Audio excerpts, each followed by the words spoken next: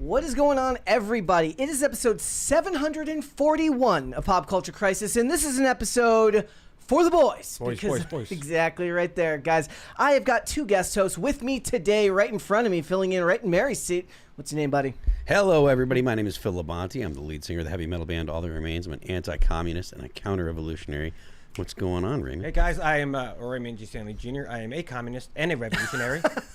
He's a communist revolutionary. Yeah, I'm happy to be with the boys. That was a good transition. So whenever we do IRL and they do the seat to seat to seat thing, I hate that at the beginning when they're the end of the show. Fine, but the first one. Why? Okay, so I don't know how to explain this, but it's like when we do this show, whether it's because we've got a format or we've got a structure to things, I'm able to do my intros and get into the habit of speaking again very, very smoothly. But when I'm away from that structure and I go on IRL, I'm like, my name, this. And that's what it feels like. So you hate it when you are actually subjected to it, as opposed to you don't hate it watching it or watching. No, just when I have to be there to do it. I hate that part of it. It's not fun for me. I see. We got a bunch of stuff to get into today, guys. As usual, I kind of sabotage myself because in my mind's eye, I was like, look, we're going to try to keep it to just some fun articles. We're going to just have a couple of quick conversations, and we're going to really chill on a Friday. But because I'm incapable of doing that usually, the stuff that I've prepared today is a little bit more in depth, but I think it's going to be a lot of fun to go through it, which does, however, mean you'll have to be subjected to me reading, which is going to be horrible for all of you. I apologize.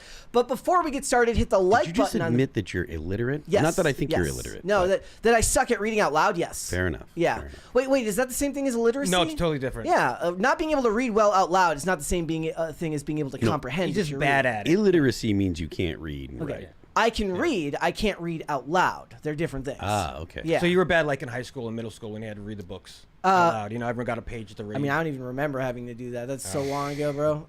We got a lot of stuff to get into. Hit the like button on this video and subscribe to this channel if you have not subscribed here yet already. We have been growing rapidly. I want to thank each and every one of you for that, so thank you very much. Remember to share these videos and live streams out with your friends, your family, your loved ones, people you like, people you don't like, a mortal enemy perhaps. If you have one, share them out with them. Remember, Mary will be back on Monday. She's off doing, I have no idea. Gosh knows what with gosh knows who. I have no clue. But she will be back on Monday for those of you who I am sure are asking in the chat. But for today, it's an episode for the boys. So what are we getting into? Well, first things first, every year around this time, these trades release these studies that some, foreign-backed, government-funded institution highlights about diversity in Hollywood. In this case, the Gina Davis Institute has given Hollywood a failing grade as far as diversity in Hollywood in 2024. So we are going to get into that. We're going to talk about the fact that the activist class of Hollywood has been utterly demoralized by Donald Trump, and we're going to get into that. I also want to go through some That's research. a good thing. Yeah, that is it. Amen. No, I'm that happy is that about is a this. good thing. I was looking through some research on Hollywood activism through the ages, because in my mind's eye, again, I'm thinking, I always imagined activism as help the homeless and animal cruelty. That's what celebrities used to talk about. That's what it felt like. Because they were extremely benign. Exactly. Everybody can get behind, don't be cruel to animals and help homeless people. Bob But Barker. now activism is we should kill CEOs. Well, yeah, no, so that's the thing. So, I looked through, I was asking ChatGPT to give me like an in-depth analysis, an in-depth breakdown of how activism in Hollywood has changed over the last however many decades, and it gave some particularly interesting answers. So I want to look at that in particular, and then we are also going to talk about the fact that it doesn't matter how much time passes, it doesn't matter what happens politically. Those celebrities, they hate you. And they're stupid. And they're stupid, which is weird because they think you're stupid. So we got that. We got a bunch of other stuff. Phil, you ready? I'm ready. Raymond. Yes, All let's right. do this. Well, first things first, we'll start off with something light. So Lizzo has had a harassment. Was that intended? That was great.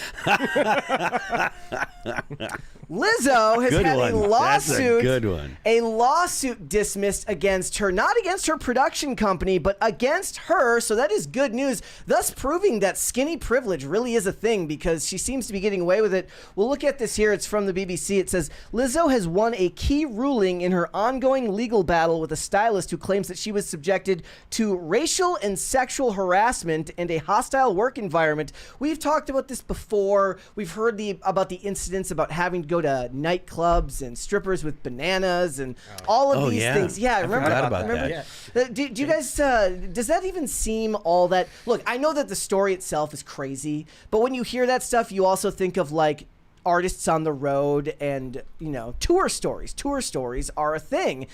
Is she being unfortunately unfairly maligned because she's a woman? No.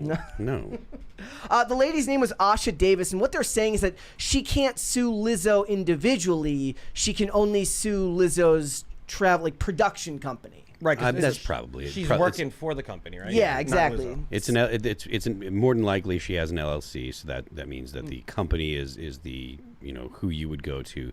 It's very, very normal to separate the individuals from the traveling company. There's two different entities that deal with all that remains.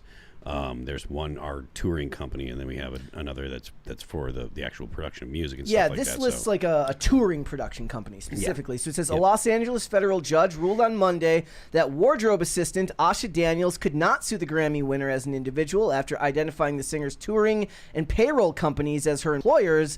But Big Girl... That's the name of the company. This is not me. Big Girl, Big Touring Inc. remains a defendant in the ongoing case. She used to embrace it. Her Instagram name is Lizzo B. Eaton. Is it? Yeah, Lizzo B. Eaton. They're throwing tomatoes in the Superchats. That's okay. That's okay. For what? I don't know. You'd have to ask them. It says the judge also granted a partial motion to dismiss several of the claims due to the fact that Daniels worked for the company while on tour in Europe. And of course, European laws do not apply the same here as America. Thoughts? I mean, the European laws are different than American laws, so... Yeah. She's accused that so I just want to go through these accusations one more time, just in case you, again, I take for granted sometimes that I read this stuff every day and other people don't get subjected to the hilariousness that is all of this. So it says... Oh, these are apples, Brett. Oh, are they apples? It looks like a tomato here. Apple's even better. The chat is correcting us. Yeah. They're apples. She accused the star's wardrobe manager of making racist and fat-phobic comments. How dare she? Seriously, you read this stuff and you're like, how does that work? I mean, you know, it's I don't know what else to say, man. It says a spokeswoman for the singer called the case an absurd publicity stunt. I mean, that's probably true in a lot of ways. You imagine that, first of all, specifically attaching her name to the lawsuit rather than the production company is designed to put pressure on her, right? So that you can get her to act or maybe settle out of court quickly.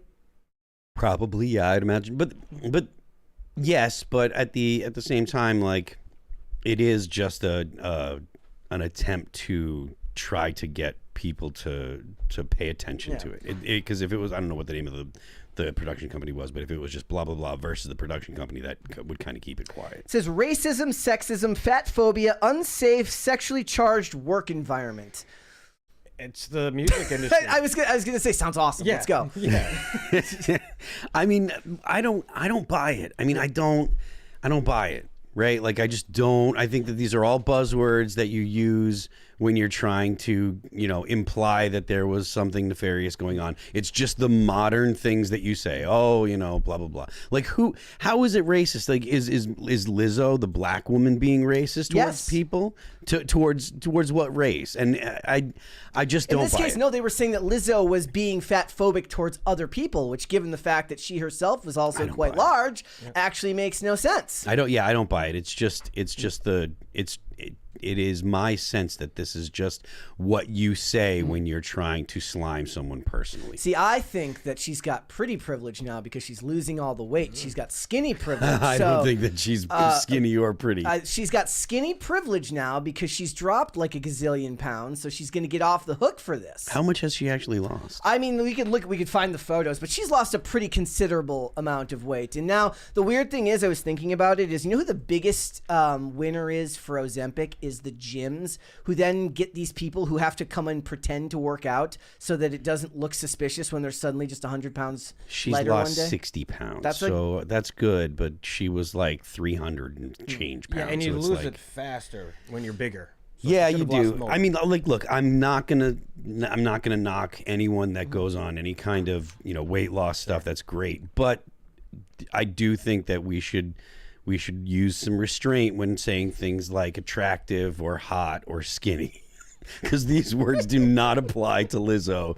Even if she has currently lost 60 pounds, she needs to lose another 100 pounds at least before. I mean, she should be doing maybe it, more. She should be doing it for quality of life in general, right? She should be doing it to make her back happy. To make her back, and her knees, right? Her knees, like, absolutely. Yes. What is I saw some crazy stat the other day of like just how much like weight, like pressure is taken off your knees for every 10 pounds that you lose. It's something ridiculous. Like, and I noticed it. Like, I noticed it as somebody who's not, who's could probably do with losing 5 pounds, maybe 5-10 pounds. But the problem being that like those 5 pounds, I notice like when I go skating, right? Yeah. Like I notice it in my knees for a period of time.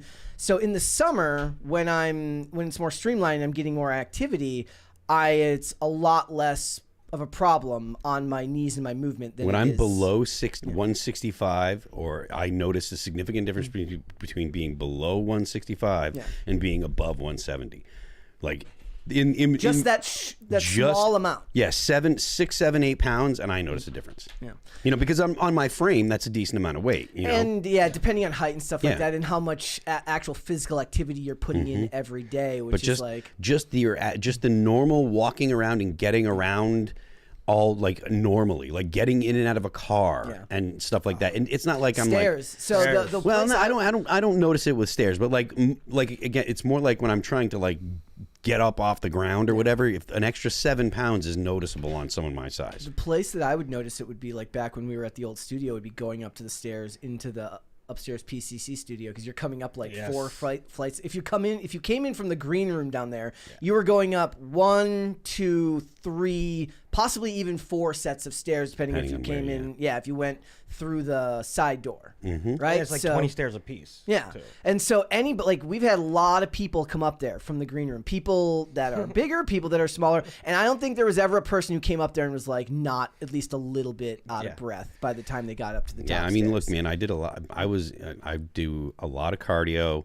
I did a real lot of cardio before we started that tour in August, and even still going up the stairs, getting to the top, I'm like, man, that's a bunch of stairs. And also tying the knees or tying the shoes.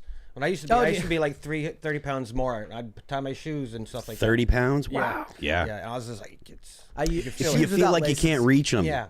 And you're panting when you're done. Shoes without laces. That's the answer to that. No, cardio is the answer. No, okay. So this came up the other day when we were talking about, I think, sobriety and getting in shape and stuff like that. And I was mentioning, like, before I came out here, I was in the best shape of my life because I was skating every day. And what they thought was like, well, yeah, you were still using drugs at the time. Like, no, I wasn't. What it was is that I didn't have a car. So I walked to get literally everywhere that I went. So I was walking 2 to 5 miles a day on top of skating. So it allows you to kind of be undisciplined in what you eat because you're walking off all of that, a good amount of that weight in general. But if you're not going to do that, if you're going to be driving to get around, you then have to manufacture cardio from the nether realm. Yeah, I mean, look, it's a good thing to cut back, to cut out as much sugar as you can. Yeah. I haven't had a Red Bull in like 2.5 days. I haven't a soda or anything like that. I cut that all out a couple days ago. Just for any particular reason, because it's if you have like 2 or 3 sodas or Red Bulls, that's an extra 400-600 calories a day. Yeah. So like just because I don't need those calories, you do that for a week, and that's you'll lose a pound just making no other changes. Yeah. Right. Like if you do no other changes to your life, you'll lose about a pound a week. You know, if you're having that's just 2 sodas a day too. It's not like a lot. My toxic trait is I'm always like, I come home from work and I make a soda in the soda stream. I'm like, I earn this. There's 20 there. We got a 20 from Pop Culture Junkie. I dropped 65 pounds over 4 years. 1, blood pressure dropped. 2, lower back problems went away. 3, stopped losing my breath when I carry groceries up 2 flights of stairs. Good for you. Congratulations on that. It is great to hear. It's not easy to lose that kind of weight, but the fact that you did it over 4 years means that it's going to stay. It's not like you jumped on Ozempic and we're like, oh, you know, I'm going to dump this weight, and then as soon as you get off it, you're going to be, you know, back doing the unhealthy things. The healthy changes that have allowed you to lose that weight gradually are going to be lasting. So kudos. When we started the move of this studio and we moved everything from the castle to here, that was a process, right? Yeah. Everything, and I was talking. I don't remember who called me, and they're like, "How's it going?" I'm like, "Well, I'm not in as good a shape as I'd like to be." And it's fine. We got everything up and running, but you get my point. All right. Let's move on. We got a bunch of other stuff to get into today, guys. I want to talk about the upcoming TikTok ban, which I didn't even know was still a thing because it seemed to be ruled on, and then it just disappeared and nobody talked about it. And then TikTok is still around. It's still a very, very big part of popular culture. Certainly, if you operate in this space, whether it's politics or pop culture, a lot of the stories and stuff come from things like videos on TikTok. But now what they're saying is after failing to win an appeal, TikTok will be banned on January 19th, which coincidentally is one day before Trump takes office. Yeah. Do you think that that's on purpose? I don't have a sense either way, to be honest with you. Yeah. How do you feel about this? Like, my big question when it comes to this is like, look, it seemed like originally conservatives were all for it back in during Trump's presidency. Yes. They were all on board with the TikTok ban. Then Trump came out later and was against it, but that was after he had left office. And the big questions, there's 2 schools of thought on this. One is about the mental health consequences of what TikTok is doing to the American people, specifically the youth, but also First Amendment concerns, given that the company is not American. So there are First Amendment concerns. It also is legitimate to say that if you have TikTok on your phone, you have given the CCP direct access to the contents of your phone.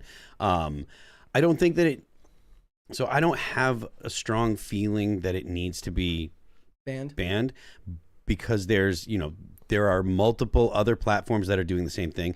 You can go to Instagram and do reels that are just as effectively. Yeah, I think that Instagram is Instagram is American owned, right?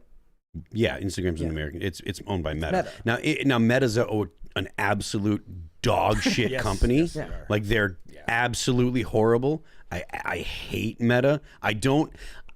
Even if TikTok is an actual Chinese spyware application, the company is nicer to the actual users than Instagram is. Instagram is absolute, like I can't say enough negative things about Facebook, Instagram. Like all the Meta properties are absolute trash. The way that Facebook treats its users is absolute trash. The way that they ban people. Does that happen to you specifically? Have there been like instances? Yeah, they banned me. But not only that, like when you compare it to like TikTok, they tell you if you behave this way, you will get a lot of users and you can turn this into a job. Right? They give you an outline of how to do it. You can go and they will help you. On X, they tell you do this stuff and you can make this is how you make revenue, and they're like, these are the things that are going to help you, these are the things that are going to hurt you. Facebook and Instagram and all of the Meta properties, they do nothing to help you. They do nothing to inform you. This is how you can use this to promote your business. If you try to promote your business, all they try and do is get money out of you. Yeah. They don't want to help you. If you're trying to promote something of yours, they don't want to help you at all. They want to charge you. They're just an absolute garbage company. There are other applications and other social media networks or whatever that will, at the very least, partner with you. Yeah. I know that YouTube's not great, but they don't hurt you for trying to promote your company or trying to promote things, right? Like Instagram and Facebook, they will charge you to just advertise. They're an absolute dog shit company. So I don't have any particular love for TikTok. I do think that the fact that it's likely a Chinese spyware application, I think that poses national security risks, not because of like your average person, but like all the kids that are on TikTok that their parents work at Langley, or their parents work for the DOD, or their parents work at one of the hundreds and hundreds of different defense contractors that are placed throughout the whole country. Those kind of things I think are legitimate concerns. But as for like, do I dislike TikTok? I don't care. Like, I don't have a problem with TikTok. Do you think that it's fueling a mental health crisis, or was the mental health crisis already there? I think that's just social media in general. Facebook came out already, and they had the big report about them ruining the young teenage girls' lives. Oh, yeah, it's what Jonathan Haidt has written extensively on that. But I think a lot of the blame was put there because there was political influence to focus on this company because they weren't American. But again, a lot of it is that the worst of the worst on TikTok ends up making its way to Instagram anyways. Yeah. And it ends up a reel. Like, the joke is always like, I don't watch TikToks. I watch them when they make it to Instagram 2 weeks later, like a normal millennial. Yeah. And that's fairly true. Yeah. But did you see this story from a couple of days ago about the girl who was dancing next to her sugar daddy in the hospital bed? Wait, did you see this? Yeah, she's like, I made it to the will. Yes. But it's TikTok doesn't make people terrible. No, terrible people are highlighted on TikTok or Instagram or the internet. Like, there are plenty of people that are absolutely, the worst. Yeah. Go ahead. No, you should watch this if you're listening right now. It's a young woman. A young woman. I looked her up. She's a typical Instagram thought. She has a link tree. That's all you have to know. She has a link tree, and in this video, she's dancing next to her provider's hospital bed, saying that she got in the will. I thought it was nice at first. I thought it was like maybe her grandfather or something. That's what I first thought. I didn't know it was nice about it. It's like, do you remember the video that was from a couple years ago where it's like, my baby has RSV, and then she starts dancing next to her baby in the NICU? What it is it's a way to categorize and collate all of the worst of human, of our human implications, and then put it all in one place for people to watch. And to be fair, we then choose to highlight it and cover it on here, which doesn't help either. But at the same time, a lot of it is like a slow motion car wreck, and you're like, I can't look away from just how awful a lot of these people are. But I don't know if the platform itself is the problem, because they will just migrate to another platform. One of the biggest issues that happened was that, look, a lot of the adpocalypse came because, Tumblr got sold, and then Tumblr banned pornography, and those people disseminated throughout Twitter, and then all of a sudden you have 2018 Twitter, and it was awful. It was the worst. One of the worst things that has happened to the internet was having Tumblr get like mainstream and stop allowing, because at the very least they stayed on Tumblr. Yeah, they stayed there and they left the rest of us alone. That's like getting rid of like Poll. Yeah. Like on 4chan, you don't want those people, rummaging around the real internet. Leave them in their cesspool. They're happy there. They like to be there. We like them there. They can stay there. Don't mess up their ecosystem and make them run around through the rest of the internet. What do you think actual ban on TikTok would look like? Like the only thing that I can imagine is that it just leaves the App Store. Well, yeah, I mean, I imagine so. Does it get deleted from your phone? Well, ByteDance could say that ByteDance has to stop supporting it. Okay, so it wouldn't be applicable here in America anymore. Your phone would stop supporting it. Yeah. That's crazy. So and, I don't know that you're like if you have TikTok on there, that it might stay, and they might not be like ByteDance might not be able to access it anymore. But I don't know for sure. Becomes like, what was that game, Flappy Bird, where the guy took the game off of the phone because it was too addictive? No. Do you remember that? I don't remember Flappy Bird. No. Well, maybe it was a different name to the game, but basically this guy created a game like 10 years ago, and it was so addictive that he felt guilty about how addictive it was to people, and then he stopped, like he took the game off the App Store. And then phones that had the game on it started selling for extensive amounts of money on eBay because it was grandfather, it was air-gapped. Yeah. That's crazy. I don't know. I think in a lot of ways that the mental health crisis that's going on in America is so multifaceted, and there are so many layers to it. And that's on top of the fact that when you think about it, just the nature of putting it to video for the sake of clout, which is what all of this really is about for most of the people, right? Like, I have these thoughts quite often because, look, I post a lot of skating on Instagram. I don't post as much on Twitter. I post a little bit, but compared to a lot of other people who tweet a lot, you have to like feel real strongly about a lot of stuff to want to talk about it. Otherwise, the other motivation people have, if it's not feeling strongly about certain things that they care about, it's about clout, and it's about wanting a certain amount of recognition, none of which has really ever mattered to me, so I don't feel that pull to talk as such. But I don't think that deleting TikTok from the internet is going to help the mental crisis, issues here in America. No, for sure. It's not going to, because the mental crisis isn't driven by TikTok. Yeah. It's driven by social media. How would you fix it? If somebody asked you like for tips on how to fix it? Parents, be parents, and don't let your kids have social media. Yeah.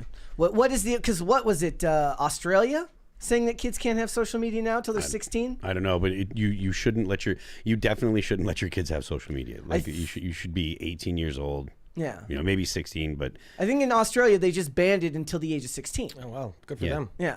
And we can also do what the Chinese folks do. You only get like an hour a day or something like that at a certain age. Well, they also lock people in their homes. They weld them in their homes too. I think this is not something that should be state done. I think that parents shouldn't allow their children to have phones. Yeah. Right. I understand that this is not. It'll be an imperfect solution, but it should be something that parents do. It should not be the state stepping in, the government stepping in and saying we're going to prevent this or prevent that, or you can't. Like, it should be parents. And I know there's a lot of kids that are going to fall through the cracks because of it. Because there are bad parents out there. There's a lot of bad parents out there that don't take care of their kids. There's a lot of parents that are just like, okay, if my kid's crying, I'm just going to stick a screen in front of their face. And they do it at like 6 months or whatever, and like start ruining their brain right away, But I think that it should be something that is about, it should be about parenting, not about state force. The parenting solution is a good solution because it's kind of like what you said about losing weight. That gentleman who lost weight with the super chat, it took him 4 years to do it, and so he's going to keep it off. Yeah. Whereas the parents got involved early, their brains would get better over time and stay well. All right. What would you guys like to see? Cringe or cute of the day first? Get the cringe out of the way. Cringe out of the way first? All right. Feel smart. All right. Here we go. I have brought the Rizzler back, ladies and gentlemen. I do apologize. It's like the Polar Express, the way my name ring bells. I got checked out more than people in hotels. Rizzy, baby, all I gotta do is flex a jaw, and I can steal her, like Terry Bradshaw. I guess I'm the Grinch, the way you dudes feel. I never heard of you, that's why you live in Whoville. Swag Santa, back grabber, Black Panther. What kind of verse do you kill?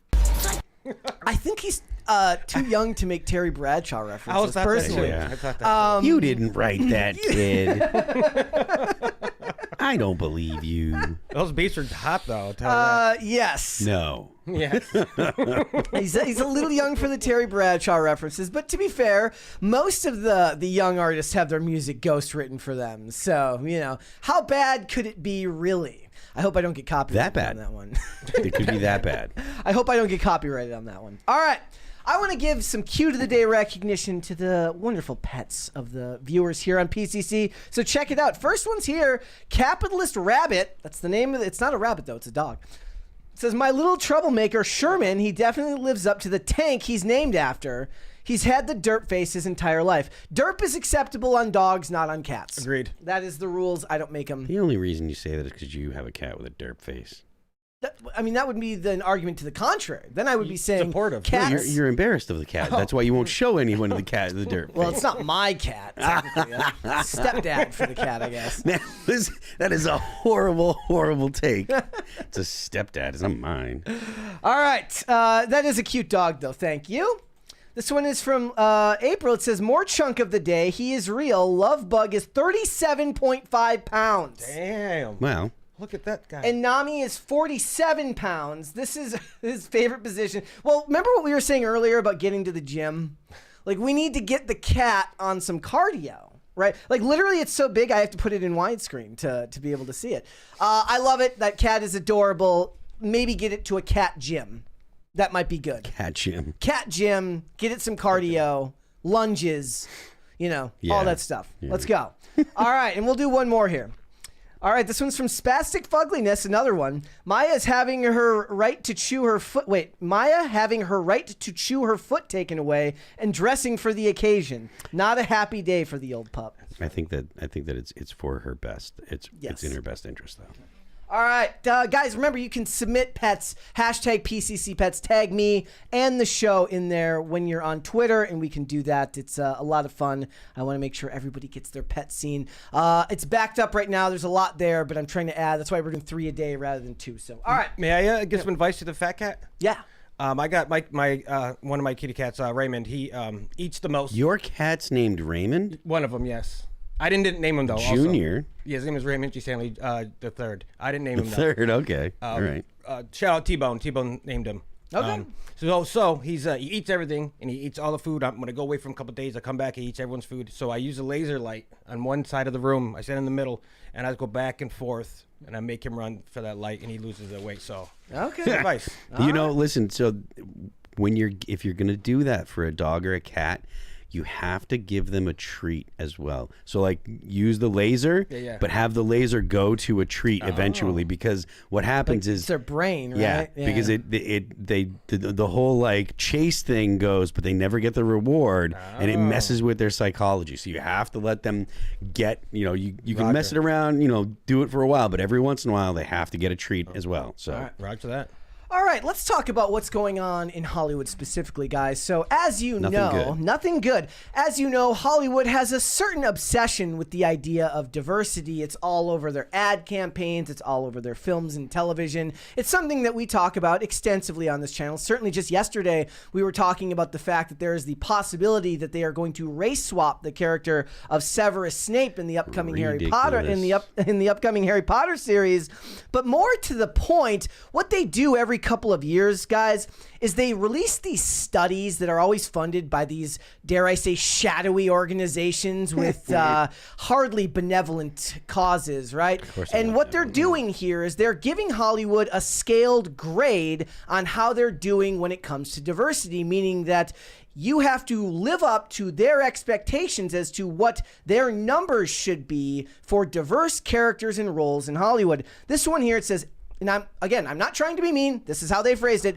LGBTQ, fat and disabled characters combined only make up 10% of the film roles in Hollywood and television. By the way, they go out of their way to then tell you why they use the word fat so that you know that they're not being mean. how much do they make up by volume? Man, that's 2 good fat jokes in one day.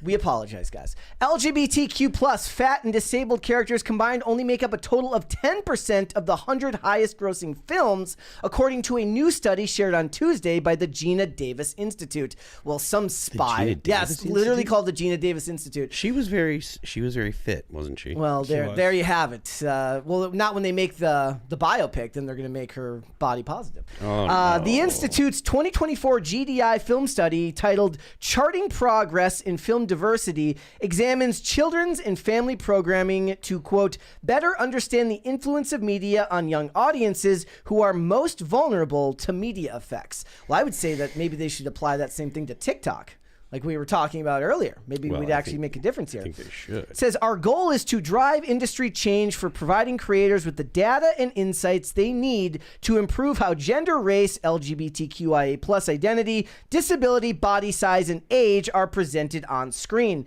Well, what I know, and I don't know much, admittedly. But great art isn't made with charts. And great art is not made with checklists of how you get to a character's identity and representation. It gets there through authenticity, which is why, you know, even a person who doesn't know what is going on in Hollywood can smell it a mile away when it feels forced. I think the most honest example, not of a specific character, but in general, is when they do something like this and then the actor just simply, regardless of what they look like, isn't very good. Now, in the past, when they would race and gender swap characters, they would do so because they were going to put a big name actor or actress in that role. Think of Nick Fury. Think of anything Denzel Washington. A good example would have been, say, Scarlett Johansson in Ghost in the Shell. Even if you disagree with her being cast in that role, you understood why a studio wanted to do that, because Scarlett Johansson is a big name that can draw in money at the box office. So people gave leeway to that. It's why the discourse around Idris Elba becoming James Bond has lasted for as long as it has, because even if you disagree with the notion of race swapping James Bond, you at least understand, given Idris Elba's body of work, his status within the industry, why they would choose to do that. But that's not what happens 99 times out of 100. And they're using movies as an example of why there's no diversity in Hollywood. Here's the thing. Most of that stuff isn't happening in the movies. It's happening in the television shows, which they are oversaturated with right now in the market. I bet you if you went on any streaming service right now and you look through everything, 99.9% of it is stuff you've never heard of before or will never watch. Right? Yeah, absolutely. Yeah. So it says, I guarantee it. It says the study was presented exclusively at the RAP's 2024 Power Women's Summit. Remember, it doesn't matter, guys. It doesn't matter what day of the week it is, what year it is. There is a women's summit going on somewhere right now. Always. It's true. They're all like, there's never true. Like the 2024 dudes in Hollywood summit. That's not a thing.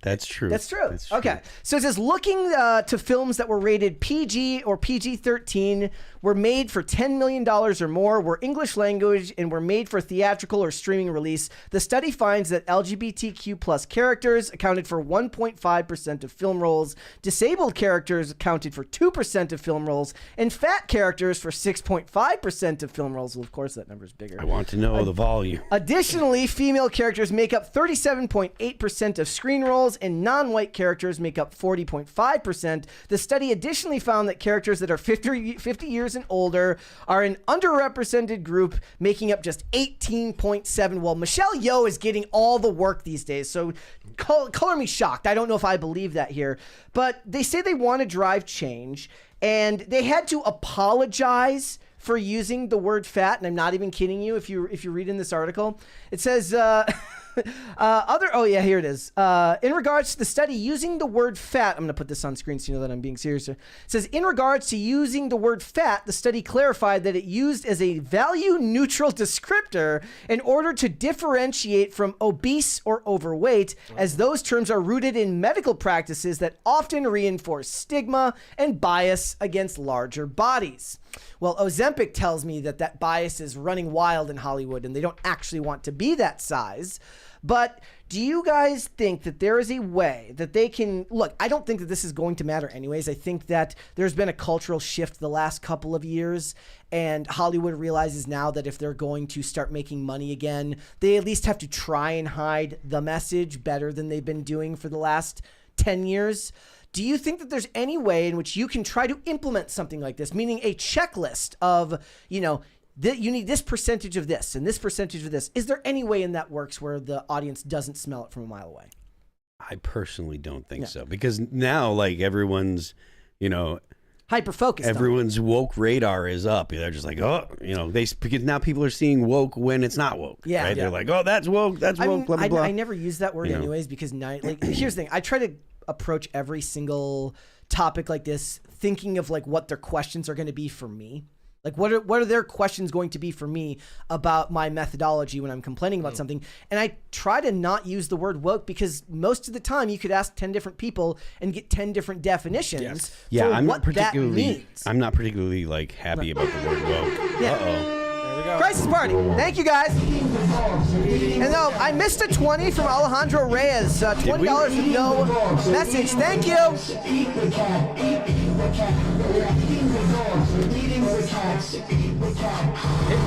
Okay. All right. I think you're right, Phil. I think that the radar is up and people aren't going to be able to just accept it. And that's the way it's going to be. I don't think it's going to disappear on TV. I think in movies you'll see a pushback, but in television it's going to continue at the rate they're going here. They says other key findings, and I would love for them to be able to show me the evidence on this. Other key findings include that women are 5 times as likely as men to be objectified on screen.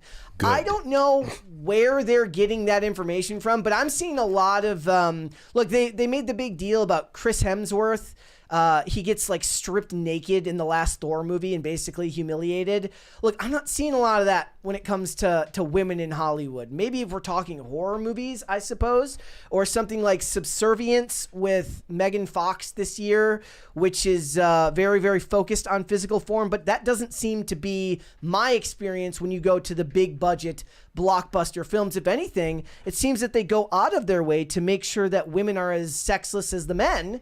And they don't want anyone to have any appeal to the other gender, lest they be called something that a feminist won't like. I don't watch a lot of movies, but you know, it does seem like since Me Too, or maybe just in the woke world we live in now, it is not no longer a sex positive world.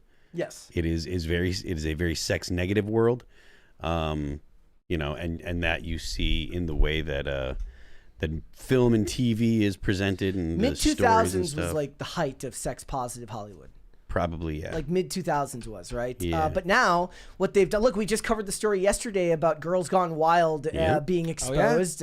Hugh Hefner has been largely exposed, and all of those. Hugh Hefner's been exposed? Well, I mean, there have been multiple documentaries about him and his behavior. You can make up your own mind as to whether you think he was a bad guy or not. The point is these people were venerated by Hollywood at a time when arguably men and women probably were treated more equally than they are now, meaning that women were treated with as much agency as men were in the mid 2000s. Yeah, there's definitely a significant effort to infantilize women now. Like, you know, if there are people on social media that deem there is a relationship where the woman is too young for the man, even if she's, you know, in her early 30s. Yeah. But he's like 60. People will be like, that's too. Look at how old he is. Like they were saying that about Michael Olivia Caine. Nunzi and RFK. RFK was like in his late 60s. Olivia Nunzi's in her 30s, and people were like, blah blah blah, the age gap, and it's like, yo. Yeah. Either she's an adult with agency or she's not. And if she's not, that's fine, but then get to repealing the 19th Amendment, right? Because you can you're an adult that can do adult things, or you're not. But this halfway there, or only when it's convenient, is a horrible standard. There was the this meme going around for like the last couple of days on X of Michael Caine, and he was 40 with his 25-year-old wife or girlfriend, who he's still married to this day. And it said, I'm tired of pretending like this is okay. She's a 25-year-old new adult, and all you see is, yes, right? Basically, she's a fresh-faced new adult at 25, and everybody knows the meme from Law and Order. She was 40 years old. You sick fuck. You know the meme that goes around. It's ridiculous. But look, there's more here. Again, I would love to be able to see the actual data here, because maybe it's just the shows that I'm watching, but it goes on. When it comes to careers women have in films or TV, women are less likely to have an occupation, but are equally as likely as men to be a leader, and equally as likely as men to work in business, blue-collar professions, education, the arts, and the government or royalty. So this is one of those things that it's always about passing the smell test. One of the examples that I'll give was I started watching Special Ops Lioness, or even if you saw Without Remorse with Michael B. Jordan, which were both, one was a Clancy and then the other one's a Taylor Sheridan show. And there's like a woman in Special Forces right away, and you're like, okay, did you have to do that? Like, you can do the thing where they're not on the ground. right? The show SEAL Team had analysts that worked with special forces and JSOC that are women. Well, that's a real thing. And that's a real thing, right? People at CIA are women and men, and they work with, they'll work with people and stuff, and sometimes they'll have security. Sometimes, like, analysts will actually go and meet with sources. They'll have security that goes with them, and they're doing it all secret and stuff like that. But, like, that kind of stuff does happen. I don't know how often it happens or to what extent, because I'm not a spook, but, like, But the point is like, you can see it from a mile away. Most people that know anything about this stuff understand that women do not operate on the ground in special forces. Yes. And all it has to do is just, you as the producer, the director, the casting agent, is just the most tiny modicum of restraint will go an infinite length to giving your show credibility, because the second that the realism goes away, then the audience disengages more quickly. So I don't know where they're getting most of this info. I would say that, if anything, Hollywood has gone above and beyond to do the opposite and show the quote-unquote girl boss fad as to what it is today. I see more women special agent shows than I do men. Again, spy doesn't bother me. Female spy, perfectly fine. That I buy, right? Yeah, sure. Okay. But in general, when was the last time, maybe in the chat people have examples of this, are, a show focused around a woman in motherhood that's actually framed as positive, which is not something that's, look, I give them a little bit of leeway. A lot of times, like, a lot of them is like, Hollywood's writing demographic is becoming increasingly younger, right? Yeah. So less experienced. And a lot of times they say, write what you know. So why would you expect some young 20-something-year-old Hollywood coastal elite to be able to write about the experiences of motherhood or the challenges of motherhood in a way that's interesting to people on, to watch? Like, that used to be, that would be something usually that would be done at the behest of people who actually understand what they're experiencing. And they're all intersectional. So, like, these stats that they're having for, who's objectified, they see objectification in probably nearly everything. That even guy says hello to a woman or says smile more. And I will, like, we're not going to go through this, but I'm going to finish on this article, and I would encourage everyone to go and read it. This is from the New York Times Magazine. This is not from Breitbart. This is not from some right-wing source. This is from the New York Times Magazine. Is the awkward diversity era of Hollywood behind us? God, I hope Hopefully. And they go through in this, and they point out a bunch of the more over-the-top examples where it felt forced, and they're saying, like, are we willing to admit now that this was a bad idea? Are we ready to just start writing unique stories with diverse characters rather than, it was really funny, they talked about the era of the BIPOC bluster, which is the blockbuster movie with a BIPOC person put in the lead role, which actually made me laugh. And they are right, and they are just now catching up to what everybody else has known for a very, very long time, which is that Hollywood does not know how to do it without shoehorning. No. Perhaps they will learn a lesson this year. Not at all. They don't know how to do anything without shoehorning nowadays. Because it's dangerous to write interesting stories. Interesting stories require drama.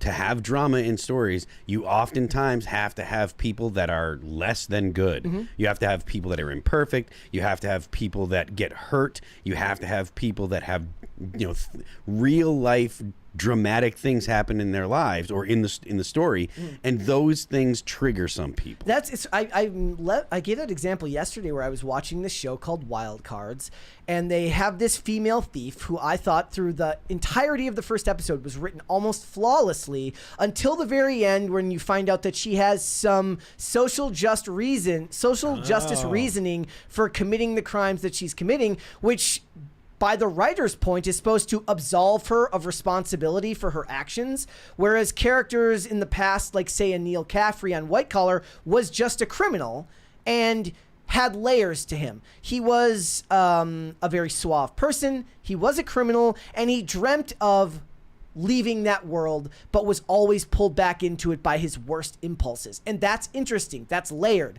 that's dynamic. Hand waving it away by excusing the behavior First of all, it's lazy. Second of very all, lazy. it doesn't take any risks, and everyone gets one. I almost immediately lost interest.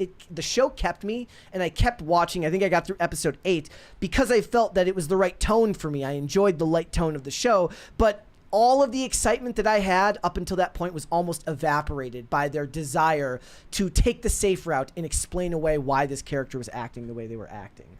And yes, Mozzie is the devil on Neil's shoulder in that show that constantly brings him back to his worst impulses. Meaning he's got a handler named Peter who's trying to set him straight and get him to live a life on the straight and narrow. Mozzie is his best friend and is a criminal and always tries to, say, we are who we are. You can't, you're never going to be like them.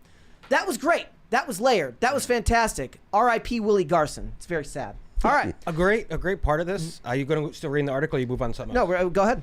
Just at the end of it, the very end, it's great. It says at least, they're just talking about the movies, we don't have to watch them anymore, we don't got to shoehorn people in. It says at least we no longer have to pretend to like something because it has the right politics or because the people most vocally against it are Nazis. That's how they end it. I love that. Okay. All right, guys. Let's do some super chats. Let's go back to the top there. The super chats. I don't see the super chat. I don't know where to go to look at the old ones. I got it. Because they don't come up. I don't have the screen that has them. I got it. I'd have to look at the. I got it here. I don't have Mary's access. Insider Shane access. H. Wilder says, "Happy Friday, Brett, Phil, and Raymond. Cheers. Look, we all miss Mary when she's gone, but today is a day for the boys. Boys. Boys. That's literally what he said in the super chat. Shane H. Wilder also says, Phil, will you make it? Will make it into episode 800 mosaic of the new live thumbnails amongst all the Brett and Marys. He stands out like a sore thumb. I tend to do that. Is that? Yeah. We'll do 2 more here. Tacti Platty says USA will never be Canada as long as we are alive. No, Canada will be USA though. Yes. That's what I hear. Amen. That's a possibility. Marco says, finish The Penguin season 1. Good show, but overrated. 8 out of 10. Well, I mean, 8 out of 10 is a pretty high score for being called up. I mean, it was getting really, really high praise, and most of the praise that I sung of it was that it was not only universally liked, but also got high, actual ratings, meaning not just from fans, but from viewership numbers, according to Samba TV. I think IGN gave it a 5 or 7, as they give everything, as we know. Marco says, Weary Traveler and Nate both sent apples. So did Woden Shot. Cool. They were apples. And Sorenko Production says, I'm loving skinny legend Lizzo's fat phobic era. See, here's the thing. She was actually fat phobic before her skinny Lizzo era, which is even more impressive. She was fat phobic. They weren't fat enough. Cool. She's like anybody can be fat phobic when they're skinny. Try being fat phobic when you're also fat. That's way more impressive. I mean, that's respectable, I guess. Yeah. I love it. Good for her. All right. Let's move on. So, guys, for whatever reason, Hollywood cannot focus on just making good movies and television. It seems to be completely impossible for them. They have no ability to just sit there and do what they're paid to do. They have an activist class unlike any other, and they work very, very hard to make you and I hate them no matter what.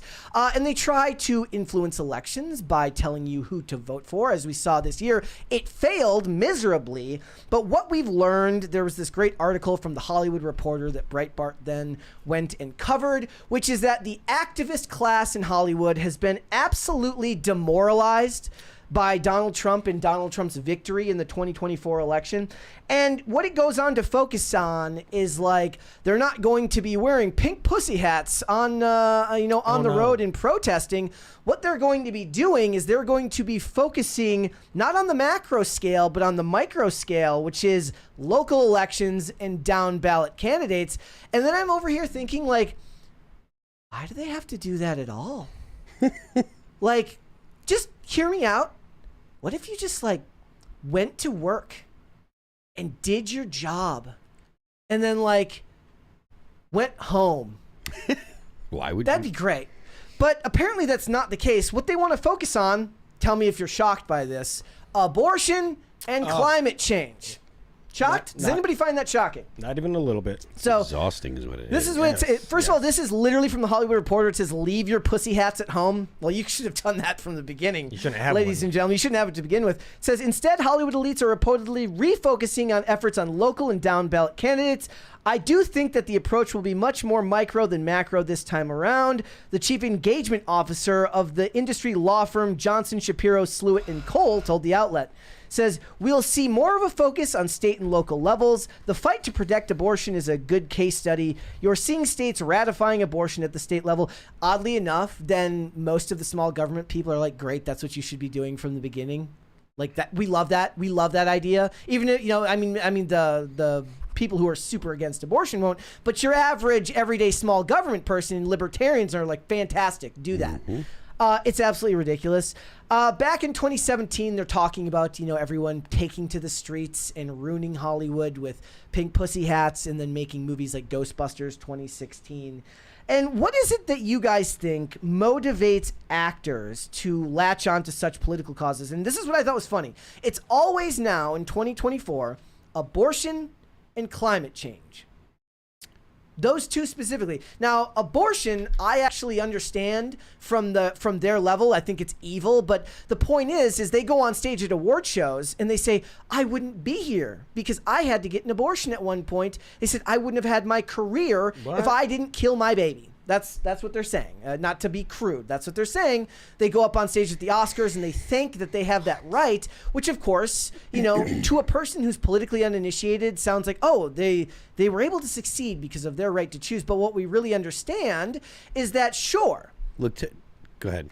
The studios love it. You know why? Because network, like for instance, if you're on network TV, right, and you're a female lead on a television show, they don't always write you out. What they have to do is they have to do what they did with Dana Scully for like 7 times on the X-Files, which is stack a bunch of files on top of her and put her in the frumpiest coat you can see. It's less work for them if you can just get an abortion. Like a company saying, we'll fly you to another state to get an abortion because we don't want to pay for maternity leave. Yeah, I mean, that's a real thing. But I think that for people to really understand the abortion, I guess I don't want to use pop culture phrases. The dishonesty surrounding the abortion debate is when they're the people that are getting full hysterectomies because they want to retain the choice. Yeah, that's insane. Yes, you're literally getting a hysterectomy, which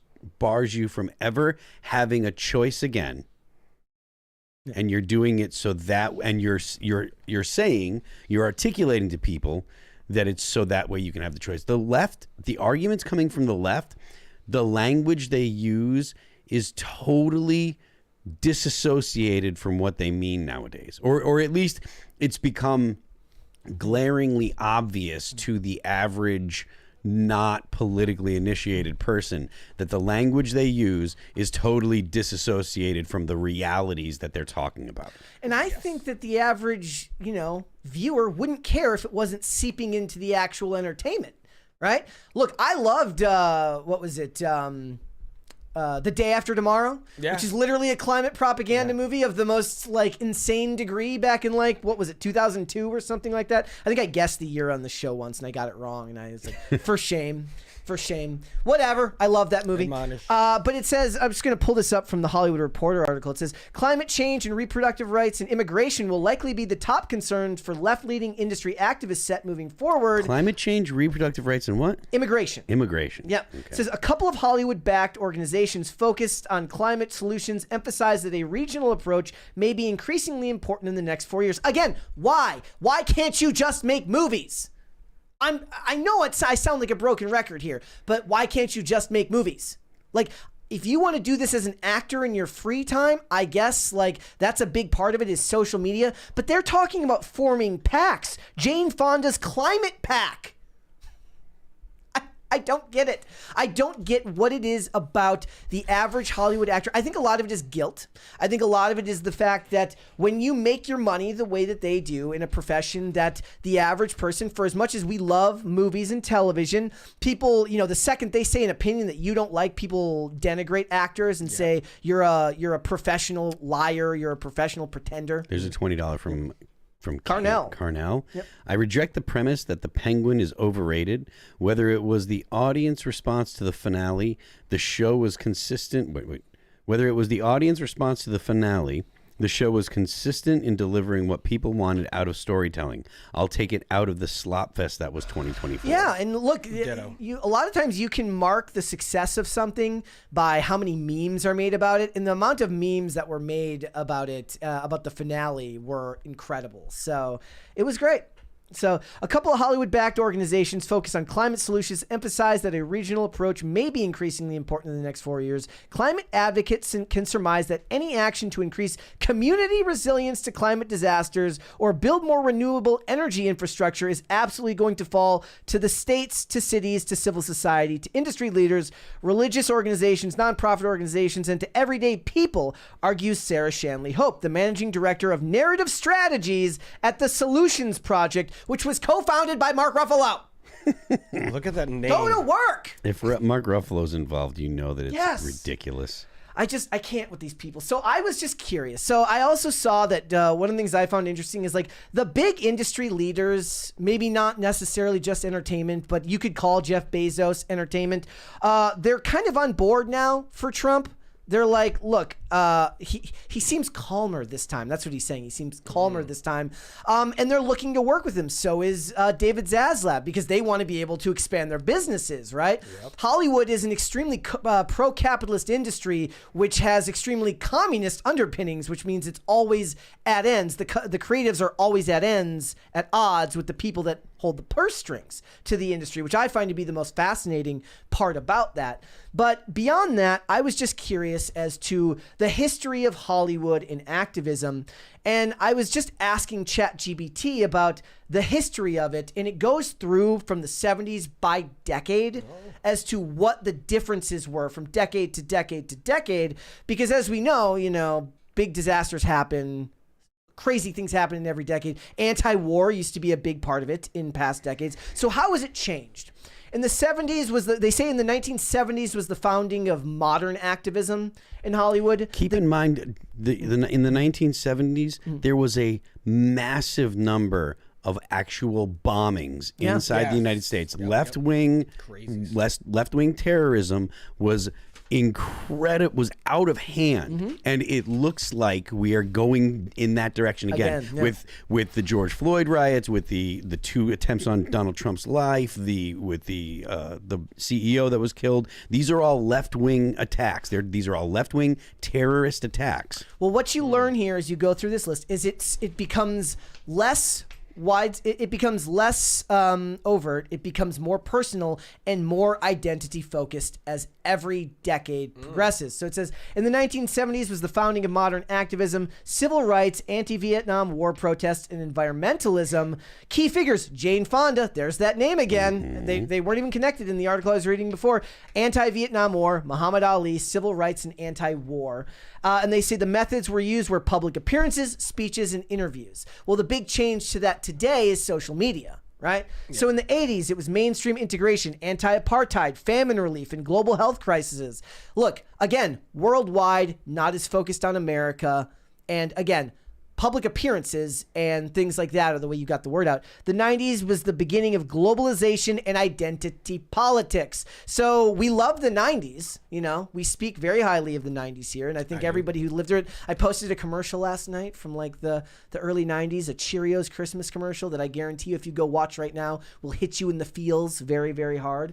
But all of this stuff was already started back then. So it says global poverty, LGBTQ rights, and environmental conservation. In the 2000s, social media emergence, climate change, anti-war movements, and human rights. Examples are Angelina Jolie for refugee advocacy, Leonardo DiCaprio for climate change, and Sean Penn for Hurricane Katrina relief. Well, Sean Penn is one of those guys who's insufferable all the time. Yeah, but he is insufferable all the time. The 2010s was the rise of digital activism, and there's that word, intersectionality.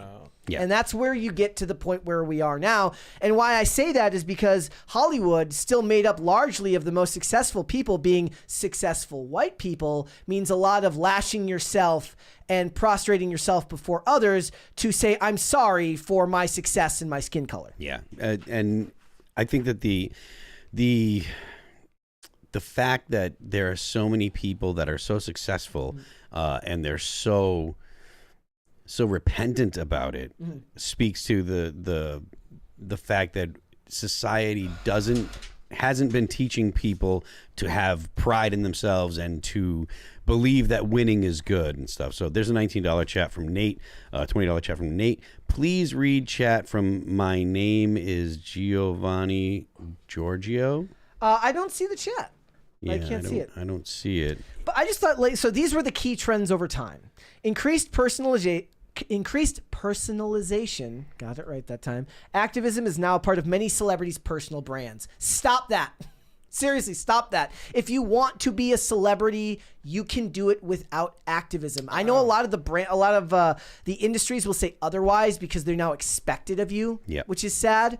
But I imagine that for the ones that are most successful, you have to find a cause that like flies under the radar. Like, what is Sydney Sweeney's activist cause? I have no idea. And we love her for it. Yeah. Keanu Reeves, does like whatever Keanu Reeves supports as far as social justice, I don't know what it is. Right? So you can do it perhaps, but you have to find a way to do it that does not annoy the average everyday person. Thank you. They're eating the cats. Eat the cat. Eat the cat. They're eating the dogs. They're eating the cats. Eat the cat. Eat the cat. They're eating the dogs. It has to do with Daniel Penny. Was the super chat? Okay. It says right here, Daniel Perry case is dropped. No charges. Semper Fi. God dang it. Daniel Penny, really? Yeah, that's I'm on. They X. said Perry. I was like, I thought it was Yeah. Penny. But I thought I just saw it by some. So all charges source. dismissed. I thought they were deadlocked on the first charge, on the manslaughter charge. Originally. They were deadlocked last I heard. Their North source is just in a tweet I see from a Coyote of Wall Street, and it just shows pictures. They deadlocked twice, and the judge agreed to drop the manslaughter count after jury deadlocks. Nice. The fact that it got that far is really bad. Really, it's really bad. I mean, look, I avoid New York like the plague, anyways. Amen. New York City, that is. I don't ever drive through it. I don't even drive through it anymore. Like when I go home, I take 81 into 84, because I don't want to be around New York. Because if God forbid something bad happened, I'm gonna be, I would be, Not allowed to protect yourself. Yeah. definitely not. But I'm thinking like. And you got a little bit name to you. They're gonna be like, "Yo, this guy." Exactly. If I got into an accident or something like that, they're gonna be trying to blame me. So, and I don't trust the Justice Department in New York City at all. So, stay out of New York City. It's dangerous. Don't try to help people in New York City. You'll just get punished for it. If Daniel Penny had filmed that, right? Filmed him nearly kill someone. If he just stood there and filmed Neely kill someone or assault someone, he would have slept in his bed every night since it happened. True. And that's a terrible, terrible statement about our society. There's a $20 from Zach. Yep. Sorry for being annoying last week, asking you to show that 15-second vid I sent of me singing Krusty Krab Pizza. Was just trying to make y'all laugh. Anyways, I really appreciate all three of you guys and your opinions. Cheers, Zach. Thank you, Zach. We appreciate it, man. All right. Well, you know what? We're going to just move up. Did you guys watch it? The Krusty thing last week? I would have to be like resent the video, and I'd have to just say it curious. again. Just curious. So the same thing happens. I always apologize because a lot of times people send their pets, and then I fall behind, and then I have to go back. And also, like I don't have like a good system where I always try to like the photo and then add it to the queue. But the problem is this computer sits. It's kind of like that scene from The Green Mile. Tired, boss.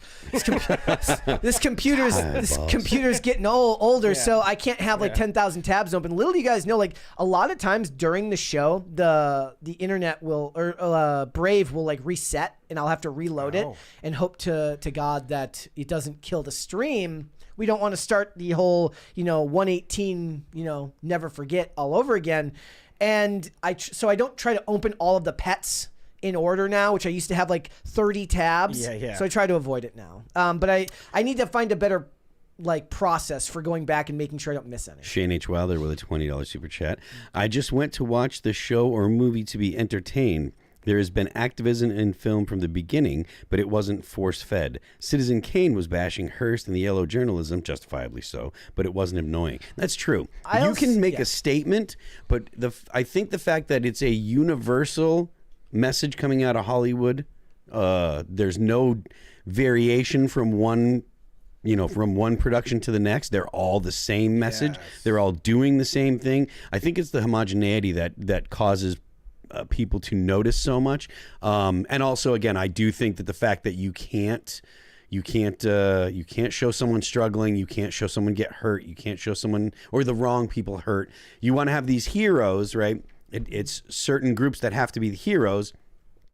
But if you show them get injured or show them get hurt, then people will have a problem with you showing them getting hurt. So to make the people, the people have to be, invincible, and so there's no drama in that. So that's part of the thing. I have my own thesis that I have not fully formed in my brain, but I do think that a big part of it is that however better it was layered into the storytelling back then, a big part of it is when you yourself became politically awakened and started to notice it. So when you go back and you rewatch those things, you see it now.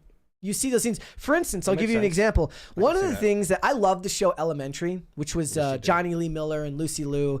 Didn't care that they race and gender swapped Watson. Didn't bother me one bit. One thing that I find funny about that show is they take multiple shots, like 2 or 3 times within the show where Sherlock Holmes takes the time to call Ayn Rand shit. Which speaks to the creator of the show's philosophy. Yeah. Right? 20 years ago, that's not gonna matter to me. I'm not gonna understand what that means. True. But I look at it now and I'm like, well, and I still think that that's better, right? It's not overtly, it doesn't affect the story. It's something about his frame of mind, which you could say might or might not be accurate to the character, but it's just there. It's not over the top. It's not hamstrung, but it's there. But I wouldn't have noticed it until I was politically aware of what that meant about who Ayn Rand was. Yeah. So it's the subtlety, the fact that there's less ham-fistedness when it comes to the actual message that matters. But that I'm not sure if that's because of more creativity or not. I mean, or we've got less lack of creativity these days. Yeah. So they have to use that. So. They put it in there. But I'm not sure if the lack of creativity is a symptom of the fact that you have people that have to have a certain opinion, or if it's people that have to have a certain opinion, so fewer creative people go into it. So I'll give you another example. There was a show that I loved that nobody else will remember. It was called Numbers. It was a show where a math professor solves crimes with his brother who works for the FBI using math, and it's ridiculous and awesome, and I love it. And there's a scene in an early season where they talk about microloans in Africa, and he says to a dude who works at the FBI, goes, "Why are capitalists always surprised when capitalism worked?" Do you think that they could use that now? That's not ending up in a TV show now. Hell no. They're not getting away with that. Mm-hmm. All right.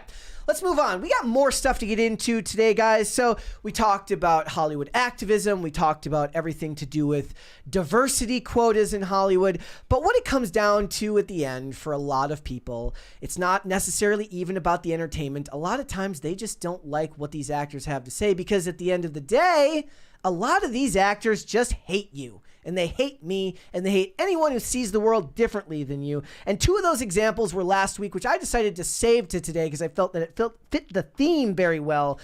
Sharon Stone says that Americans are to blame for Donald Trump's reelection because they are ignorant and uneducated. And also because they voted for him. Yes. And also because they voted for him. She was at a conference in Italy talking about fascism. There are very few things that I find more off-putting and just gross than Americans speaking bad about America outside of America. It never. So that happened to me early on in my not early on in my life, but in my early 20s. The first time I went to Spain. Mm-hmm. I was surprised to talk to other Americans who would put down where they were from outside of your own country. And it never made any sense to me, given all you've been blessed with to be born there. Mm-hmm. Everybody wants to be us anyways.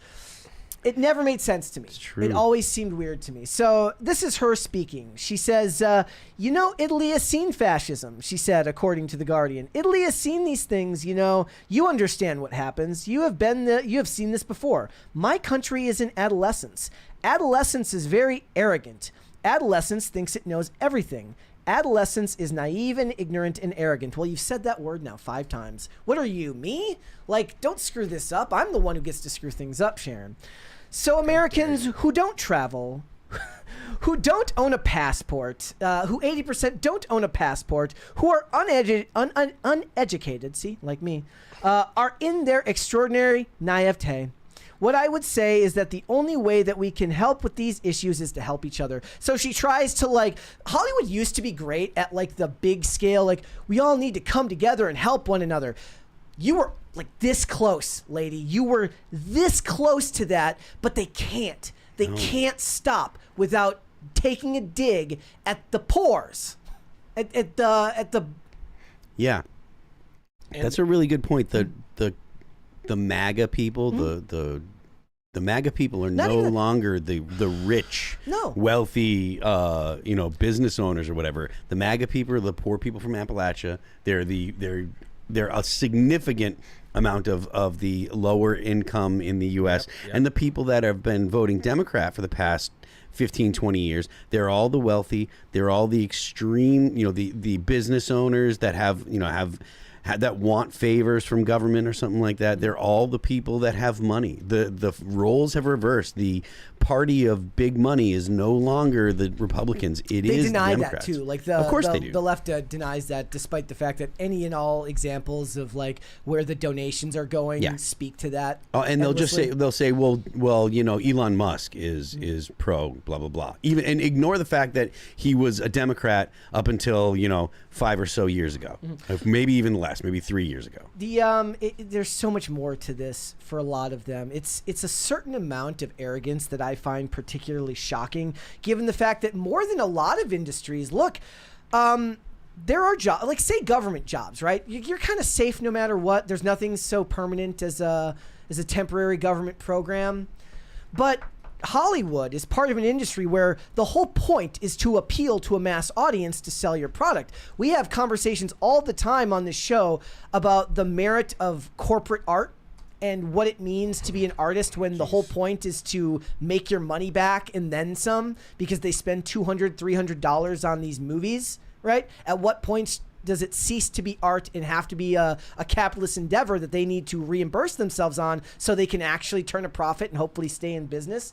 But there has to be some magical publicist out there who has common sense. My guess is they would have to be old, like really old. Like they would have to have been a publicist in the 80s and the 70s. Like they would have to already been a seasoned publicist in the 70s and the 80s to understand that the idea is to unite people and that you can find a way. For the fact that all of these people love to just speak endlessly without saying anything at all. Like, how about you do that in a way that doesn't insult like half the people in the country?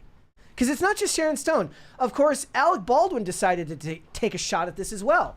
He was like, ignorant voters fueled Trump's win, says Alec Baldwin. They are very uninformed about reality.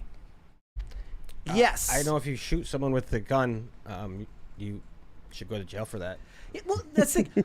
It's nobody is going to let the Hollywood Hills people tell you about reality, because that's not the people that are living in the real world. Well, I mean, I wish that they would acknowledge that, because I think you're right, but I also think that they completely and totally ignore that fact. Like, no one cares that some wealthy person that lives in LA has to say about their day-to-day life. Yeah. And if you're voting for for Donald Trump or whatever, you're not voting. You're voting because there are things that are negatively impacting your life. If you're like, oh well, I like my life the way that it's been, and I like the results that I'm getting, of course you're going to be like, well, it's fine to vote for the people that sound like they're saying the nice things. Yes. You know, it's like That's the biggest problem right now. yeah, The it's all biggest problem right it's now all is- like, oh, they're the nice people. Yeah, the biggest. Well, also they're allowed to both simultaneously be called the nice people while being awful when it suits them because it's dismissed as for the greater good Yeah. or because they're on the right side of history. Yeah. And that's been going on Which for is a very long time. the exact same thing. I mean, it's that's been the modus operandi of the left forever. That's why you have like communism killing millions and millions and millions of people in the 20th century, but still not getting the same negative connotations today that Nazism has, right? Nazism actually killed fewer people than communism has, fewer, yeah. you know? But because Nazism is intentionally exclusionary and it doesn't it's you know it's the racist parts and the nationalist parts are exclusionary and they say we want good things for the people, for our in-group. That's easy to identify as bad, as opposed to communism that says, oh, we just want good things for everybody except for those bourgeoisie, except for the people that have money because they got the money from hurting you, you know? One of the things that I thought was funny, so one of the tropes of like your average procedural drama in the mid 2000s was that they would do an episode. I think I might have mentioned this yesterday, so bear with me if I did. They would do episodes based around Occupy because it was relevant at the time. Yeah. People would talk about it, and they would inevitably artfully work their way through talking about left-wing political violence without making it without making the grand statement of calling it left-wing political violence. And guess what? I was perfectly okay with that. I thought the actual writing was better back then because it wasn't so heavy-handed. I wish they could do the same when they do the same thing when talking about whatever, whether you want to talk about right-wing militias or whatever they want to talk about, which is one of the boogeymen that they use. They're boogeymen, but right-wing militias have done less to That's the point. hurt the country than left-wing riots, left-wing anarchists. But like what I said yesterday was like they would do these things where they reference Mao, they reference Stalin, they reference past violence at places like Berkeley, which, by the way, you can do without inherently using the term left-wing violence because people who are in the know understand. Good. That's layered writing. But then all of these shows that would do this by the end would then make a statement about Hitler. Yeah. They would drop back to Hitler, which means that they just can't Mao. stop themselves. They should be talking about Mao. Exactly. And so I just laugh because I'm looking at these episodes. They're written by nobodies who you've never heard of before. I think the one that I watched the other day from like an old episode of NCIS LA, the guy went on to write for Reacher, which is I've quite enjoyed. So that's great and everything. But my guess is that these days, first of all, they don't have great editors, and you could do this in the writing now, but they won't. And everybody knows that the celebrities, that nobody wants to hear from the celebrities anymore, because guess who also is saying that? Sarah Silverman. God. Yes. Remember her? Yeah. Comedian Sarah Barely. Silverman says she stopped talking politics through the election, believing that Americans do not wish to hear from celebrities at the moment. Ding, ding, ding, ding, ding, Yeah, ding. it's true. Whoever she hired to do her press, she needs to keep them. They're doing fantastic. She says, I was on the road with this tour for one thing. A lot of people asked me if I was going to make a video or something, but my feeling was that no one wanted to hear from celebrities right now. She's very accurate. She is very accurate right there. It makes me laugh. So I don't know. Is this, for me personally, celebrity opinions don't put me off watching their work. Never has. Maybe it's the fact that I've like cooked my brain over the years, but most of the time, outside of the most egregious examples, like if I see Mark Ruffalo, I'll be like, oh, he's kind of a dork, right? Or I see Jeffrey Wright. I love Jeffrey Wright as an actor. He says annoying stuff. Or even a Wendell Pierce or an Alec Baldwin. Look, I can rewatch 30 Rock, and it's still funny to me. But the point is like not everybody can do that, right? Nor should you expect everyone to. I think that, depriving yourself of great stuff to watch because you don't agree with their political opinions, however it might work on principle for you, it's denying me something that I really, really enjoy, and I don't have to always agree with what everyone says. And even if this person hates me, in a capitalist sense, they're offering me a product, and I'm, paying for the product, and I get what I want out of it. What they think of me really doesn't matter. And maybe that's just kind of emotionally disconnected, but that's the way that I see it. Do you guys have the same approach, or does it bother you when they say this stuff? It doesn't bother me because Does it happen in music? Like, is this something that happens in music to you? Like, are there artists who say stuff that bother you, and then you're like, I don't want to listen to your music now? I mean, not so much. I think that because I'm not a leftist at heart, I don't worry. Like, I can still listen to like Rage Against the Machine. Yeah. And I really like Still Rage do. Against the Machine's Still do. music, even though like I absolutely detest the things that Tom Morello Tom, says. yeah, that's, not so much Tom. I mean, Tom is. that I think too? that Tom is very much a Hollywood leftist. Like, he's driving around in an Alfa Romeo, and he touches on the more safe things. He's not as vocally bad as some people are. He does have a Lenin quote on his pedal, which bothers me. But at the same time, like, I really like a lot of their music, and so I'm not the kind of dude that's like, no, I can't listen to this because I don't like what he says. But that's something that is typical of the left and not people that are not on the left. Like, I mean, some people may think I'm right leaning, some people may say I'm a centrist, whatever. I don't really care.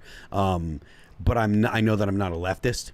And because of that, I'm just like, well, I don't like what they say, or I don't like, what they say outside of this, and it mostly doesn't matter. Like, I watch the Avengers movies, and I still love them, even though all of them, they're all except exhausting. Except for Chris Hemsworth? No, not Chris Hemsworth. Except for Pratt's not in the Marvels though. Pratt, you're gonna say? Chris Pratt. Yeah, But he's not a Marvel though, is he? he's Chris Pratt, he's Star-Lord. Star-Lord. Yeah, but and the Marvel Avengers 1 and 2, he wasn't even in it. Oh, I mean, but Guardians of the Galaxy came. Yeah, Yeah, and he's But also in the third point one, is, too. and you don't even know what he believes. You just know that he wore a Gadsden he's- flag shirt maybe once, and that's about it. And he goes to church, and he's married to Arnie's Arnie's daughter or whatever. Yeah. Yeah. I mean, I don't give a f what anyone says. I watch a movie. I watch movies. Grew up watching movies, reading books. So they're idiots, they're morons, they're fucktards, but I'll still enjoy art. So there's this show, I forget what it was. It was a Showtime show, and there was this one episode where like Antifa was fighting like conservatives, and Antifa was clearly the good guys. Now these are the people that are like burning down buildings and rioting and murdering people for their politics. If there's something like that where they take something real and insert it into a show and then totally misrepresent it, that might be like, all right, I can't watch this. Yeah. I think it was Shameless was a show. Okay, my point was more just I like can see that.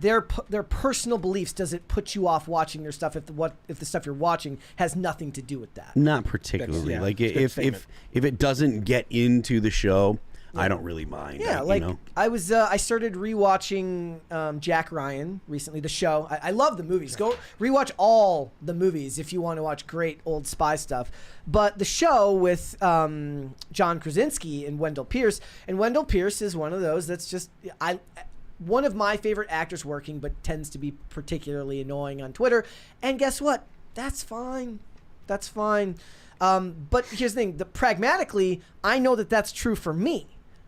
I'm not going to cry for the actor if he's like, nobody's watching my stuff because I'm telling everyone they're Nazis. Yeah, Like, I'm like, yeah. look, bro, you need to figure out how to either make your money and shut your mouth Yeah. or make a value judgment and say, my personal opinions matter more to me than these shows actually doing well. I will not purposely watch movies, like go pay money to them Yeah. if they say some cracked out shit. I'm like, I don't care. I'll go live in the ocean and become a pirate. I don't need to give you money to help you boost your wealth. To be Yeah. fair, like I'm not really watching a lot of movies anyways. Yeah. So, like if my girlfriend's like, we got to watch this, I'm like, all right, cool. But like, otherwise I'm not like, ooh, I want to go see this new thing coming out or whatever. The last time I was interested in a lot of movies was like the Marvel stuff. And then once it got, once Endgame came and went, it's like, all right, everything after that is just kind of trash. So I don't care, Very boring after that. All right, let's go finish up the super chats here. So I'm gonna try and find out where we were. This is usually Mary's purview because, as you guys know, I can't read. So You did excellent today, by the way. And I gotta find where they were here. Figure out where we left off. I was back up at the top here. And thank you guys again for hanging out with us on a Friday. Sean Francis says, all about the gym gains. Always bulking season. There you go. It's always bulking season. DCNC says, what color do you call that tree, Brett? Mauve? Olivia is setting out your clothes for the day now. T, not T, tree. yeah, sure. DCNC, I think you were the one who actually called out this shirt the other day when I wore it. It's a crazy color, bro. It's blue. It's blue. That's what it is. Like baby blue a little bit. It's also the lighting in here. Like, watch this here. Like Oh yeah, you're different on TV than you are. the lighting I changes see. when you turn the neon lights off here. It's a different tone. All right.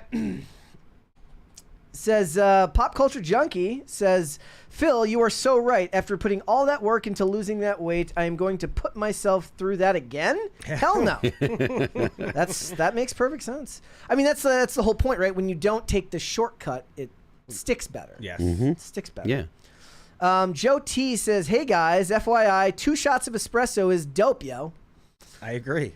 I I love some espresso shots. I've never drank an espresso in my life. No? I had maybe the cold espressos that we used to have at the castle, the Nitros? Yeah, I would drink the nitro cold brews if I was desperate for caffeine. Aren't you like an energy sports drink guy? I'm an energy drink guy. If there was a cast brew drink for me, it would be an energy drink. It would not be coffee.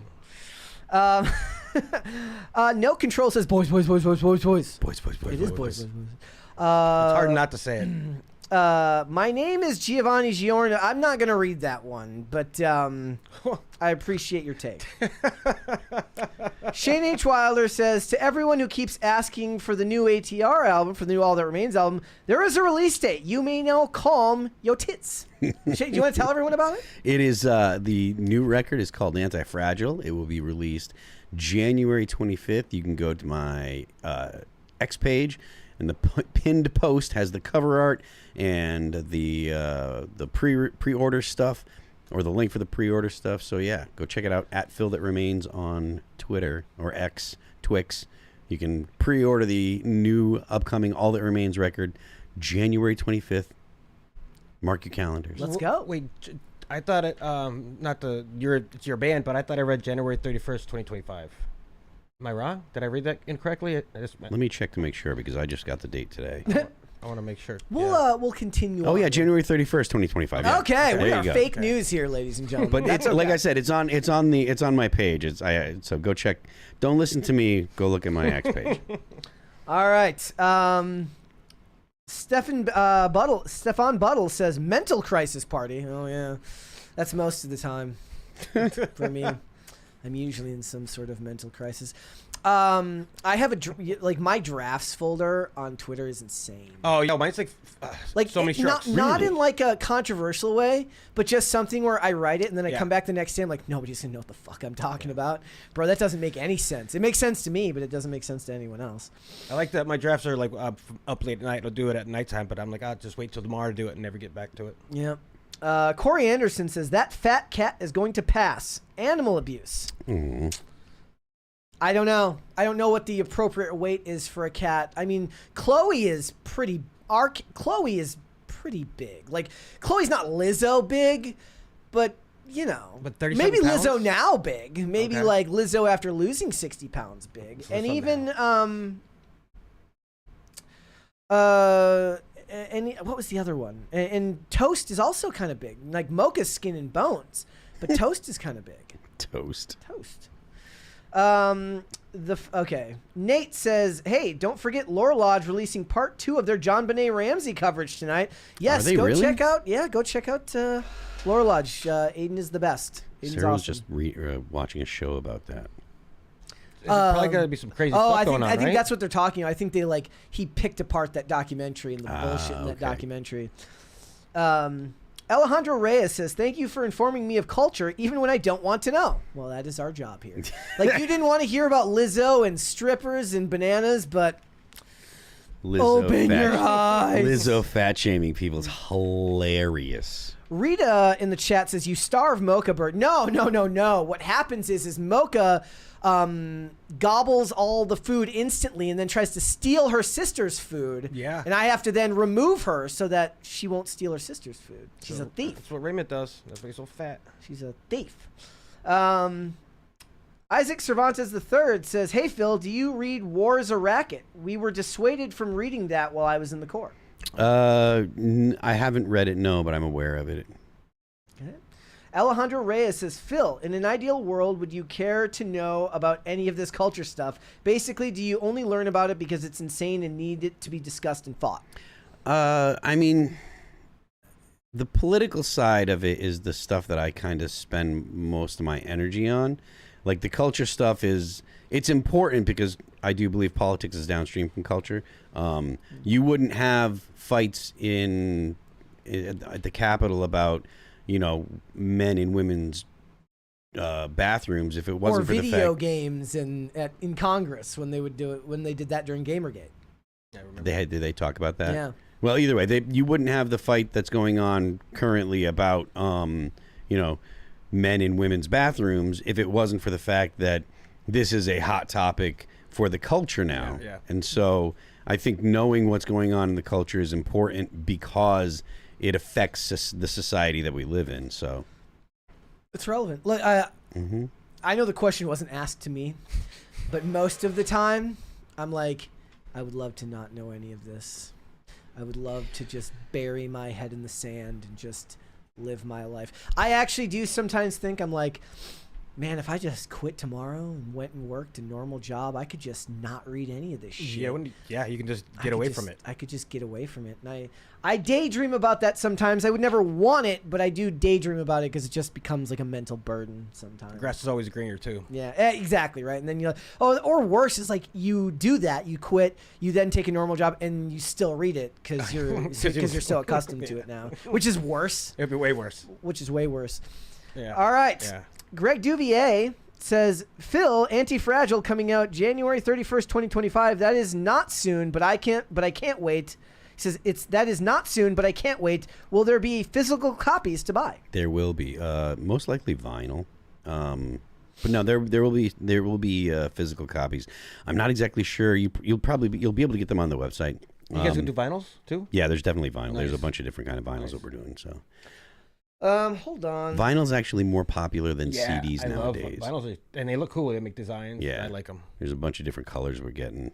I got two awesome, the Ghost of Tom Jones and another one for Rage Against the Machine vinyls that I keep on my wall. Nice. So you support communists? I am a communist. It makes sense. Zach says, Brett, you're thinking of Angry Birds. Put a ray gun on. A ray G on. Well, Raymond. No. I'm thinking of Flappy Bird, which came out in 2013. Casual mobile game developed by a Vietnamese video game artist and programmer whose name was Dong Nguyen. Dong Nguyen? Yep. Under his video game development company, Gears, it was a side-scroller. Yes, I was thinking of this game. I did not say Angry Birds. I said Flappy Bird. Became very, very popular. Flappy Bird was removed from both the App Store and Google Play on February 10th, 2014, when claimed that he felt guilty over what he considered to be the game's addictive nature and overusage. Dong Nguyen. And that's one you keep tapping it so it flies up and down through the pipes and shit. Yep. Dongwin. Side scrollers like that can be addictive. They can be. Let's see. Bender McSimpson. That's an amazing name. Philip, your vocals changed a lot and got deeper from Fall of Ideals to now. Did you make a style change or did it occur naturally over time? Well, I'm, significantly older than I was when we did the Fall of Ideals, so it occurred naturally over time. Yeah. Wish I had a deep voice. Yeah, exactly. There have been times when we've done the show and I've been like, there have been times we've done the show and I'm sick and I'm like talking like this. I'm like, this is awesome. I wish I talked like this all the time. Sadly, it can't be true. Alejandro Reyes says Neil was so suave, almost like Brett. Yes, Neil was suave in that show. By the way, there is going to be a white collar revival. I already don't care because not having Mozzie is a huge problem, and going back to the well is almost universally a bad idea because you cannot make a show that had the lighthearted tone of 2010 with all of the baggage that is 2024 and capture the same magic. I am of that opinion. So. I used to like White Collar. Yeah, it was great. It's a show. I mean, and also all those actors are still, Tim DeKay stayed working consistently, and then the actor who played Neil, Matt Bomer, became a pretty big deal in Hollywood. But he does a lot of he works a lot on LGBTQ plus films because that's his passion, because he is gay, and he focuses on a lot of shows in that realm. So this would be a return to more mainstream stuff. He was also one of the foils in Chuck. He played Chuck's best friend and his friend that sent him the Intersect in the show Chuck. Is he an LGB guy or an LGBTQ guy? 28 letters guy. I mean, I have no idea what his. Okay. I mean, I've only seen him talk about just acceptance for as a gay actor. I don't know what his thoughts are. doubt. I could assume, but I'm not gonna put words. There's a $20 from the Rev 295. Phil, have you ever met or toured with Avenged Sevenfold at all? Would you consider touring with them if you haven't yet? I'd be down for an A7X ATR tour. Happy Friday, everyone. We have toured with them. They were on the Ozfest when we did it in 2006. I was also on Johnny Christ's Drinks with Johnny podcast just like 6 months ago. So they're really cool guys. We haven't done a lot of hanging out with them. The touring that we've done was only on the festival. It wasn't just us and them. And we would definitely tour with them. They're a great bunch of guys. I'm mutuals with M Shadows on Twitter, and so there's some connections there, but we don't know each other well. So Cool. Let's see here. Corey Anderson, how come out of all the YouTube shows I watch, this one is the quietest? I don't think that we are. Look, I re-listen to the show sometimes because I have to check stuff later, and it sounds fine to me when I listen to it both on my computer and phone, and I have heard some people say that, but the critique of that is not widespread enough for me to adjust the volume. Okay. Thank you. Eat the cat. Eat the cat. They're eating the dogs. Are you doing the Mary dance for her? well, I do the Donald Trump dance. Oh, yeah? Okay. And then I throw in the golf swing. Oh, okay. And then eat the cat. Eat Okay. the cat. You have a routine. I do. I have a I dance. like it. I like it. All right. Alejandro Reyes says, if an entire culture effectively becomes fat, should beauty standards not change? Otherwise, it will fall due to relationships not forming. I am of the opinion collapse is preferable to changing reality. I don't think that you can change that. I don't think that just because people become fat that people stop idolizing thin or beautiful. I think that what we see is objectively attractive. Straight up cope. Yeah. Me? No, when people are Oh. when people are like, when no. people are like when people become fat, if they say things like "Oh, fat is beautiful," blah, blah, cope. no, it's just cope. Yeah. No, like look, like movies and TV specifically are visual mediums, and when you put something on screen, it's supposed to capture a certain idea or motive or ideal, and there is a place for that. There's a reason why we talked the other day about why fat men in Hollywood works but fat women doesn't. That's because fat men can use their weight as a way to enhance the comedy. Yes. When it's a fat woman, the fatness is the comedy. Yeah, and also look, men and women are different. Like, stop thinking that oh, it's okay when men do it, so it should be okay when women do it. No, like there are things that it's okay for women to do, and that are not. It's not okay for men to do at all. And there are things that it's okay for men to do. It's not okay for women to do at all. That's because men and women are different. This is good. The fact that the sexes are different is a good thing. We should celebrate the fact that they're different. That's not better or worse, just different and have different roles. Oh, and another example is like, look, it's not even just about the things like weight. There's also just such a thing as you're not like sometimes you're just plain looking. Sometimes you just don't have the look that they're looking for in movies and television. That's why you start podcasts. I was gonna say I feel like I was called out. Yeah, no. The point is, I always make the joke. I have a face for radio. That's the joke. But the point is that look, you don't need to necessarily be the most attractive. Interesting face is actually a thing in Hollywood. We talked about Bill Skarsgård. We've talked about, think about Cillian Murphy. These are actors who have very unique presence, very unique looks. And it's a visual shorthand to convey a message, but traditional beauty is never going away. And beauty ideals are never going to change so drastically just because everybody else is losing their desire to stay in shape. At least I don't think that that's ever We gonna also have happen. to get rid of all of history. Yeah. All of the paintings, the sculptures, everything is beauty. Yep. All Got right. a $20 from Alejandro Reyes. urban culture seems to like fat women from what I see. I interact with a lot of them in retail. Well, to each their own. But on the grand scale, movies and television. Look, how about this as an example for just what we're talking about?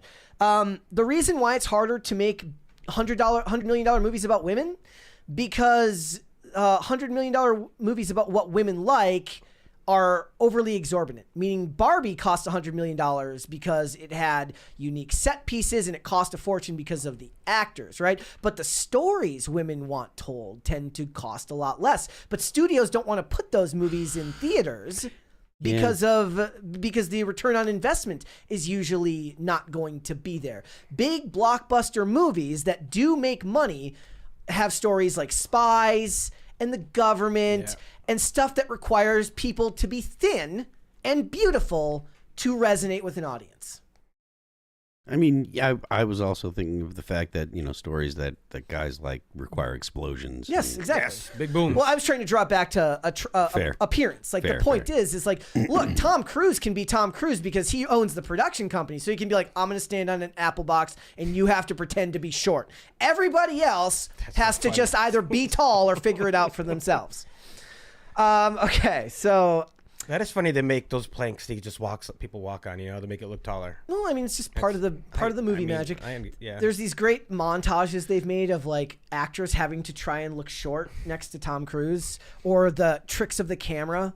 Like different angles. Different angles. Like, why is Val Kilmer sitting all the way back here with his arms up like this? Because it's to make him look about the same height as him. We were talking before the show about Scott Conn. Scott Conn, James Caan's son, 5'5" and has the greatest posture I've ever seen in my life because he's constantly sticking his chest out and trying to look taller than he is. But that's probably just by virtue of his profession. He's learned to do that over time. Or he's wearing one of those strap things. Yeah, I was telling you, got to get the thing that fixes your posture. Yep. Mondo says, happy Friday, lads. Nice to see Raymond on PCC. Cheers. Yep. Phil Chat really went full R word the other day, huh? Anyways, here's what's wrong with AP. Nah, JK. He was about to say Apple. Oh. Yeah. So, Phil, how do you feel about Apple versus PC? I like my Apple products. I like my Mac, and I like my iPhone. I meant to point out yesterday, you should also, guys, you have to give Apple a break because it was like an Apple PowerBook that defeated aliens in the movie Independence Day, and that's just incredible. My biggest question to this day is why a superior race with tentacles would have touchscreen monitors when they can telepathically communicate with one another. Well, you can telepathically communicate with each other. That doesn't mean you can telepathically communicate with computers. I mean, they're that far advanced that nukes don't stop them. Really I'm thinking they figured it out by then. I figured there'd be something easier than like tentacles trying to hit a monitor. It just didn't make sense to me. You mean like Neuralink? Yeah. They got to do that. Right? They should have hired Elon. He was around back. How old is Elon? What was he doing in 1995? Elon's like 53 or 54. He could have done something about it. He could have. Daniel Perry. Okay, we mentioned the Daniel Perry. Is it Penny or Perry? It's Penny, right? Yeah. Like the Right? coin. Like the coin, yeah. Okay, I saw people going back and forth, fake news in the chat. So it's Perry. There was a Perry guy in Austin or something like that. All right. Greg Duvier says, Phil, what is the difference between Anti-Fragile CD, Digipack, and the Anti-Fragile LP? Blue swirl with splatter variant. Well, the LP is an LP, and the CD is a CD. So that's the difference between yeah. Okay. I mean, the format's a little different, but I mean, you're getting a different product, Fifi Gigantor says, Keanu Reeves is down with alternative archaeology. I don't know what that means. That sounds cool. You mean like ancient aliens? Let's go. Yeah. It's aliens, man. All right, so let's go. Pat the Plumber. Oh, I lost my place here. Hold, please. Going back up. It's so much harder when you're doing it. It says, Pat the Plumber says, there's a channel on my Samsung TV that plays Numbers 24/7. I loved that show, starring Doogie Howser's best friend. Yeah. Love that show. And I really, I have such a place in my heart for all of those, easygoing procedurals from the early 2000s. Also, the cast of that show is all particularly good. So Rob Moreau is still a very, very successful actor. He's never the lead, but he's one of those guys that you'll end up seeing and you'll be like, wow, I know exactly who you're talking about. Great. Great show, and I do recommend everyone go check it out. I will turn everyone into boomer procedural watchers if it's the last thing I do. Does that mean you like Criminal Minds? I love Criminal Okay. Minds. Well, at least the first 6 seasons, up through Rachel Nichols' season, like season 7. But you know, I've ostensibly turned Olivia into a boomer by making her watch tons of I heard you say that the other day. Yeah. Tacty Platty says Sarah Silverman was on Star Trek Voyager. Brett, you will never get me to watch Star Trek. You can keep trying; it's never going to happen. I don't Deep care. Space Nine was good. Yes. Yes. I have a enjoyed that one. rule: the more you tell me to watch something, the less likely I am to ever watch it. So You should watch The Numbers again, in probably white color. I mean, that's not going to happen. It's already been done. So. Okay. All right. Andrew Yu says, congratulations, you were my #1 on Spotify Wrapped with IRL being second. Let's go! Nice. That's what I'm talking about. Get it. Take that, Tim. Also, apples are better than player characters. What? PCs, player characters. Oh, okay, right. He was being sneaky. Did we get this S. Mill one? I just got here. Nice tan to Mary Morgan on the right up. I don't know. I didn't remember it. We'll have to see if Mary comes back with a tan on Monday. I have no idea. Zach says, I think you missed my first chat. The app you were talking about was that. Oh, I got that one. Did we? It was a different person. Oh, it was a different person. Yeah. Okay, yeah. It was not Angry Birds. It was Flappy Bird. I love the idea that I just made up Flappy Bird in my head, and I just, like, one day you realize you're just wasn't there. Like, completely a construct. In your Oh, mind. yeah, that would be sure. scary. That would be. Shane H. Wilder says, Brett giving an I'm not reading that was not on my bucket list. Also, I'm picking up the Splatter vinyl because it's Splatter vinyl, and I must. Yes. Thank you. Yeah, Mary's I'm not reading that's and my I'm not reading that's are very different. Like, there's going to be no, like nothing. Actually, no, I'm not going to encourage people with that. Don't- Never yeah, mind. just don't. Never mind. Don't do that. Zach says, Phil, can we get a let's go? And, Let's go! And favorite band from each of you? Favorite band of all time, probably Metallica. 9 Inch Nails. I don't have a favorite band. I have a lot of artists that I love. I don't think Bone Thugs and Harmony counts as a band. Yeah, Maybe it does. sure. It's a group, not a band. But I have a lot of artists that I love. Like, anytime that the like questions about music come up, I'm like, I wish I was I had more of it off the top of my head, but it doesn't really come to me in the moment. Let's see here. Zach says, forensic files or unsolved mysteries. You can only have one or give them all up for Criminal Minds. I would give them all up for Criminal Minds. I don't care about there's enough depressing reality. I don't need to watch about depressing real cases. I want to see the stuff that's, written by an artist, not the stuff that's true. It's just depressing. Zach says, I dance at work every time there's a party. Nice. Well, we Zach. should get to a 4th party so Solid. that he can dance again. Yeah, Zach. We want that.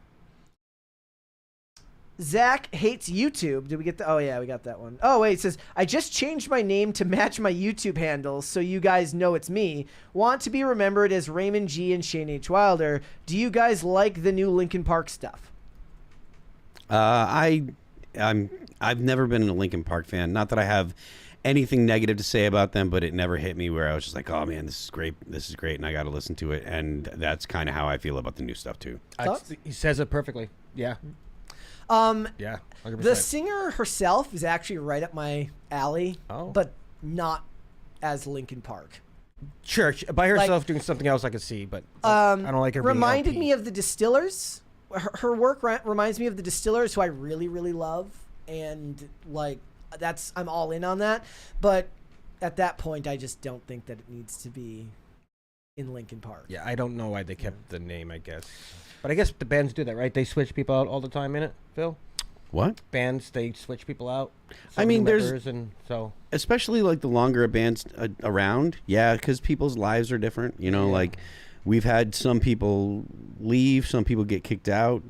One of our guys died, So I mean, life happens, and just because someone isn't in the same place that they were when they joined or whatever doesn't mean that the band has to stop. So that is fairly normal. Cool. All right. Red Snow says, have you guys heard about this Space King fellow? Well, I have, and I will give it to you now. Praise be to Space King. There you have it. Who's Space King? You'd have to ask him. Corey Anderson says volume is all the way up. Maybe it is 20 years in the Navy and I can't hear shit. Phil, what is one country you would live to play that you haven't yet? I think he meant like to play. Love to play that we haven't yet. I don't know. I really don't know. We played like most of the places that I'm like, man, I really want to play there. We've played. You already done? Yeah.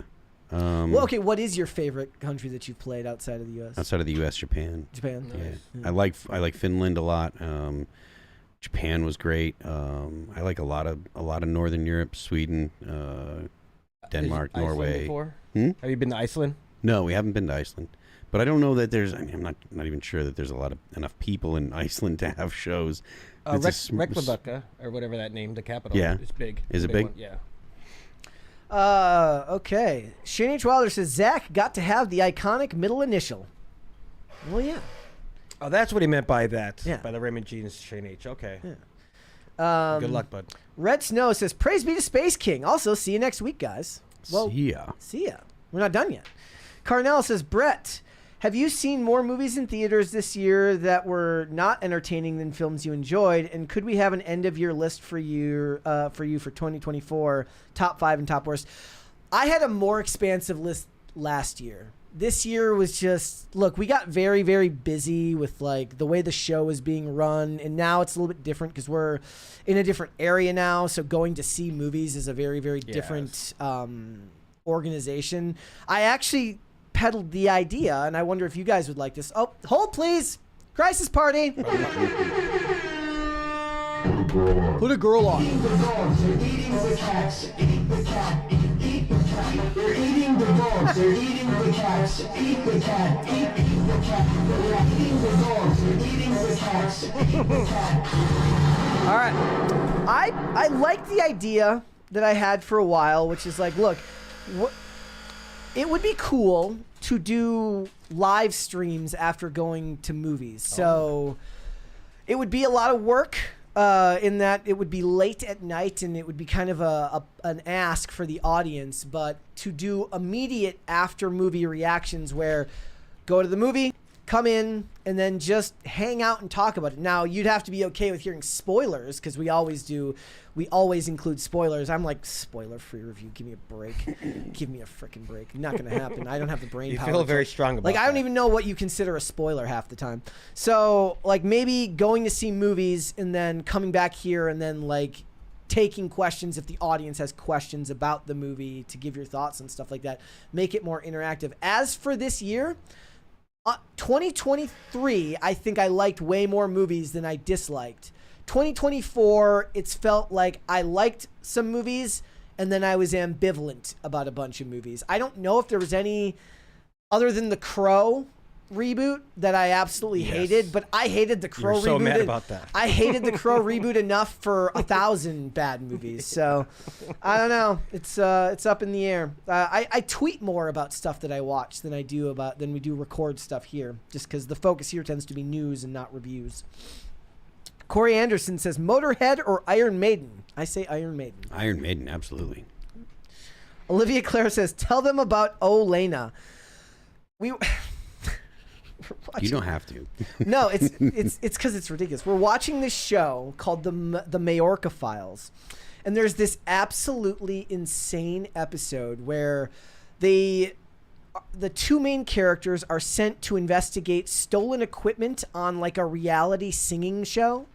And then this fat contestant that everyone's making fun of for being fat and bad at singing takes everyone hostage and says that he'll only release everyone if they put on a live stream and let him sing the songs that he wants to sing, because the guy who's running the singing show makes him sing bad songs to make him sound bad, because the point is to make him out to be the laughing stock of the show. And in the end, it finishes with this actually produced song where he makes the other hostages sing background vocals and play piano while he sings it with a gun in his hand. And it's the most insane thing you've ever seen. And the first thing I'm like, I got to see if I can download this song, which I then promptly did. Did you? Yes. It's amazing. Red Snow says, Phil, did you like the Painkiller cover Death did? Yes, very much. All All right, what do we got here? Jim Director, or say JJM Director says, Phil, the show must go on, Labonte. Hey, get it. Sure. Yeah. Mr. Nobody says King Diamond is a favorite band. Yvonne and I used to talk about them as we sang for the same band. Ivan, is it Yvonne or Ivan? Ivan. Ivan. Okay. Ivan owes Mark some toothpaste.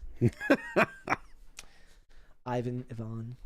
Omega Red Fan says Joy Division was a pretty good band. Yes. Well, Joy Division also, it just now they're kind of like used for Hollywood movie trailers. They make haunting remixes of Joy Division songs and of Depeche Mode songs. Oh, Depeche Mode I would put up there. Yeah. I like Depeche Mode. Tacty Platty says, Corey, this is Marine Cast, not a Marine Ubercast. Yeah. Well, I'm not a Marine, so technically it can't be fully Marine Cast. Right. I don't eat crayons. Are you judging? I did. Hey, you put that on me, not me. You're just thinking I'm judging you. Corey Anderson. Oh, no, I'm sorry. Andrew Yu says, I laws Doug Aim. What is that? I lost that game. I don't know what that is. Does it make you sound like you're saying something Yeah, else? that's what I'm assuming it is. Is that what you stopped? Yeah, I'm assuming it is.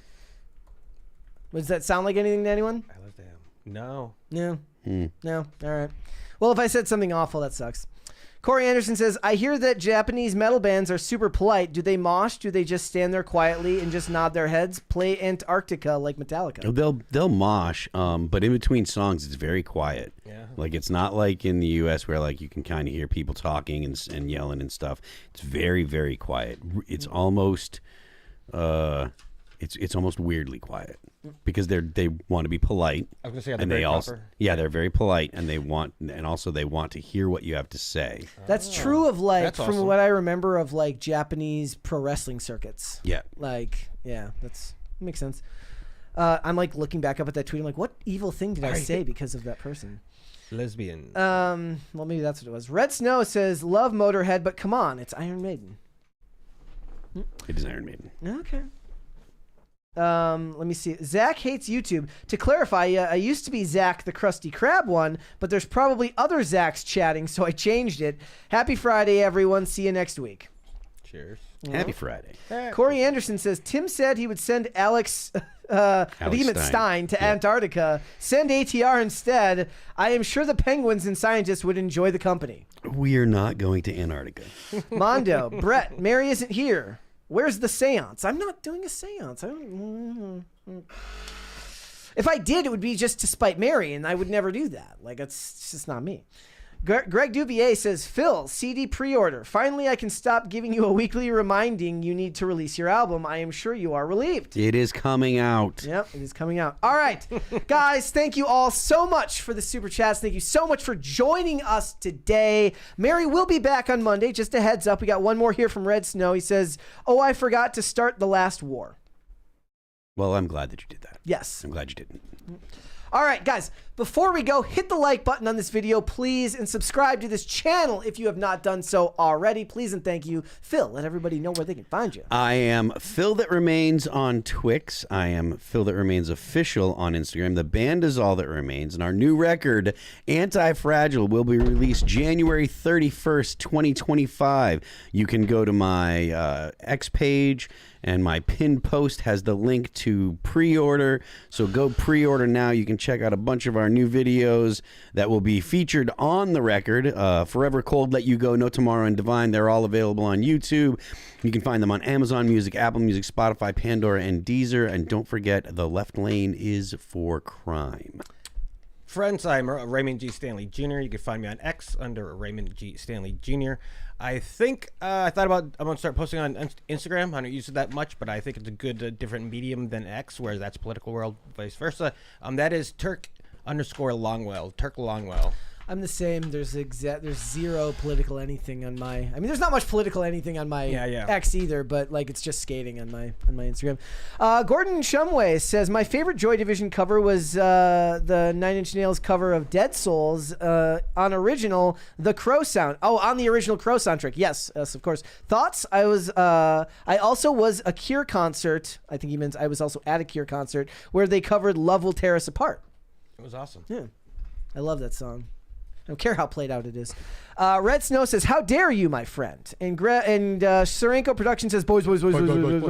Guys, before we go, again, thank you so much for joining us. If you would like to follow me, I am on Instagram and on Twix at Brett Dasovic on both of those platforms. This show is here 5 days a week, Monday through Friday, 3 p.m. Eastern Standard Time, noon Pacific. We are on Amazon Music, Apple Podcasts, Pandora, and Spotify. If you would prefer to listen rather than watch, you can leave a rating and a review on Spotify and on Apple Podcasts. And if you want to follow the show on social media, we are on Twix at popculture_show, Facebook and not TikTok because we were banned on TikTok, at Pop Culture Crisis, Instagram at Pop Culture Crisis Pod. I will be appearing on Timcast IRL tonight, so look for me there as well. One more from VWit. He says, "Last."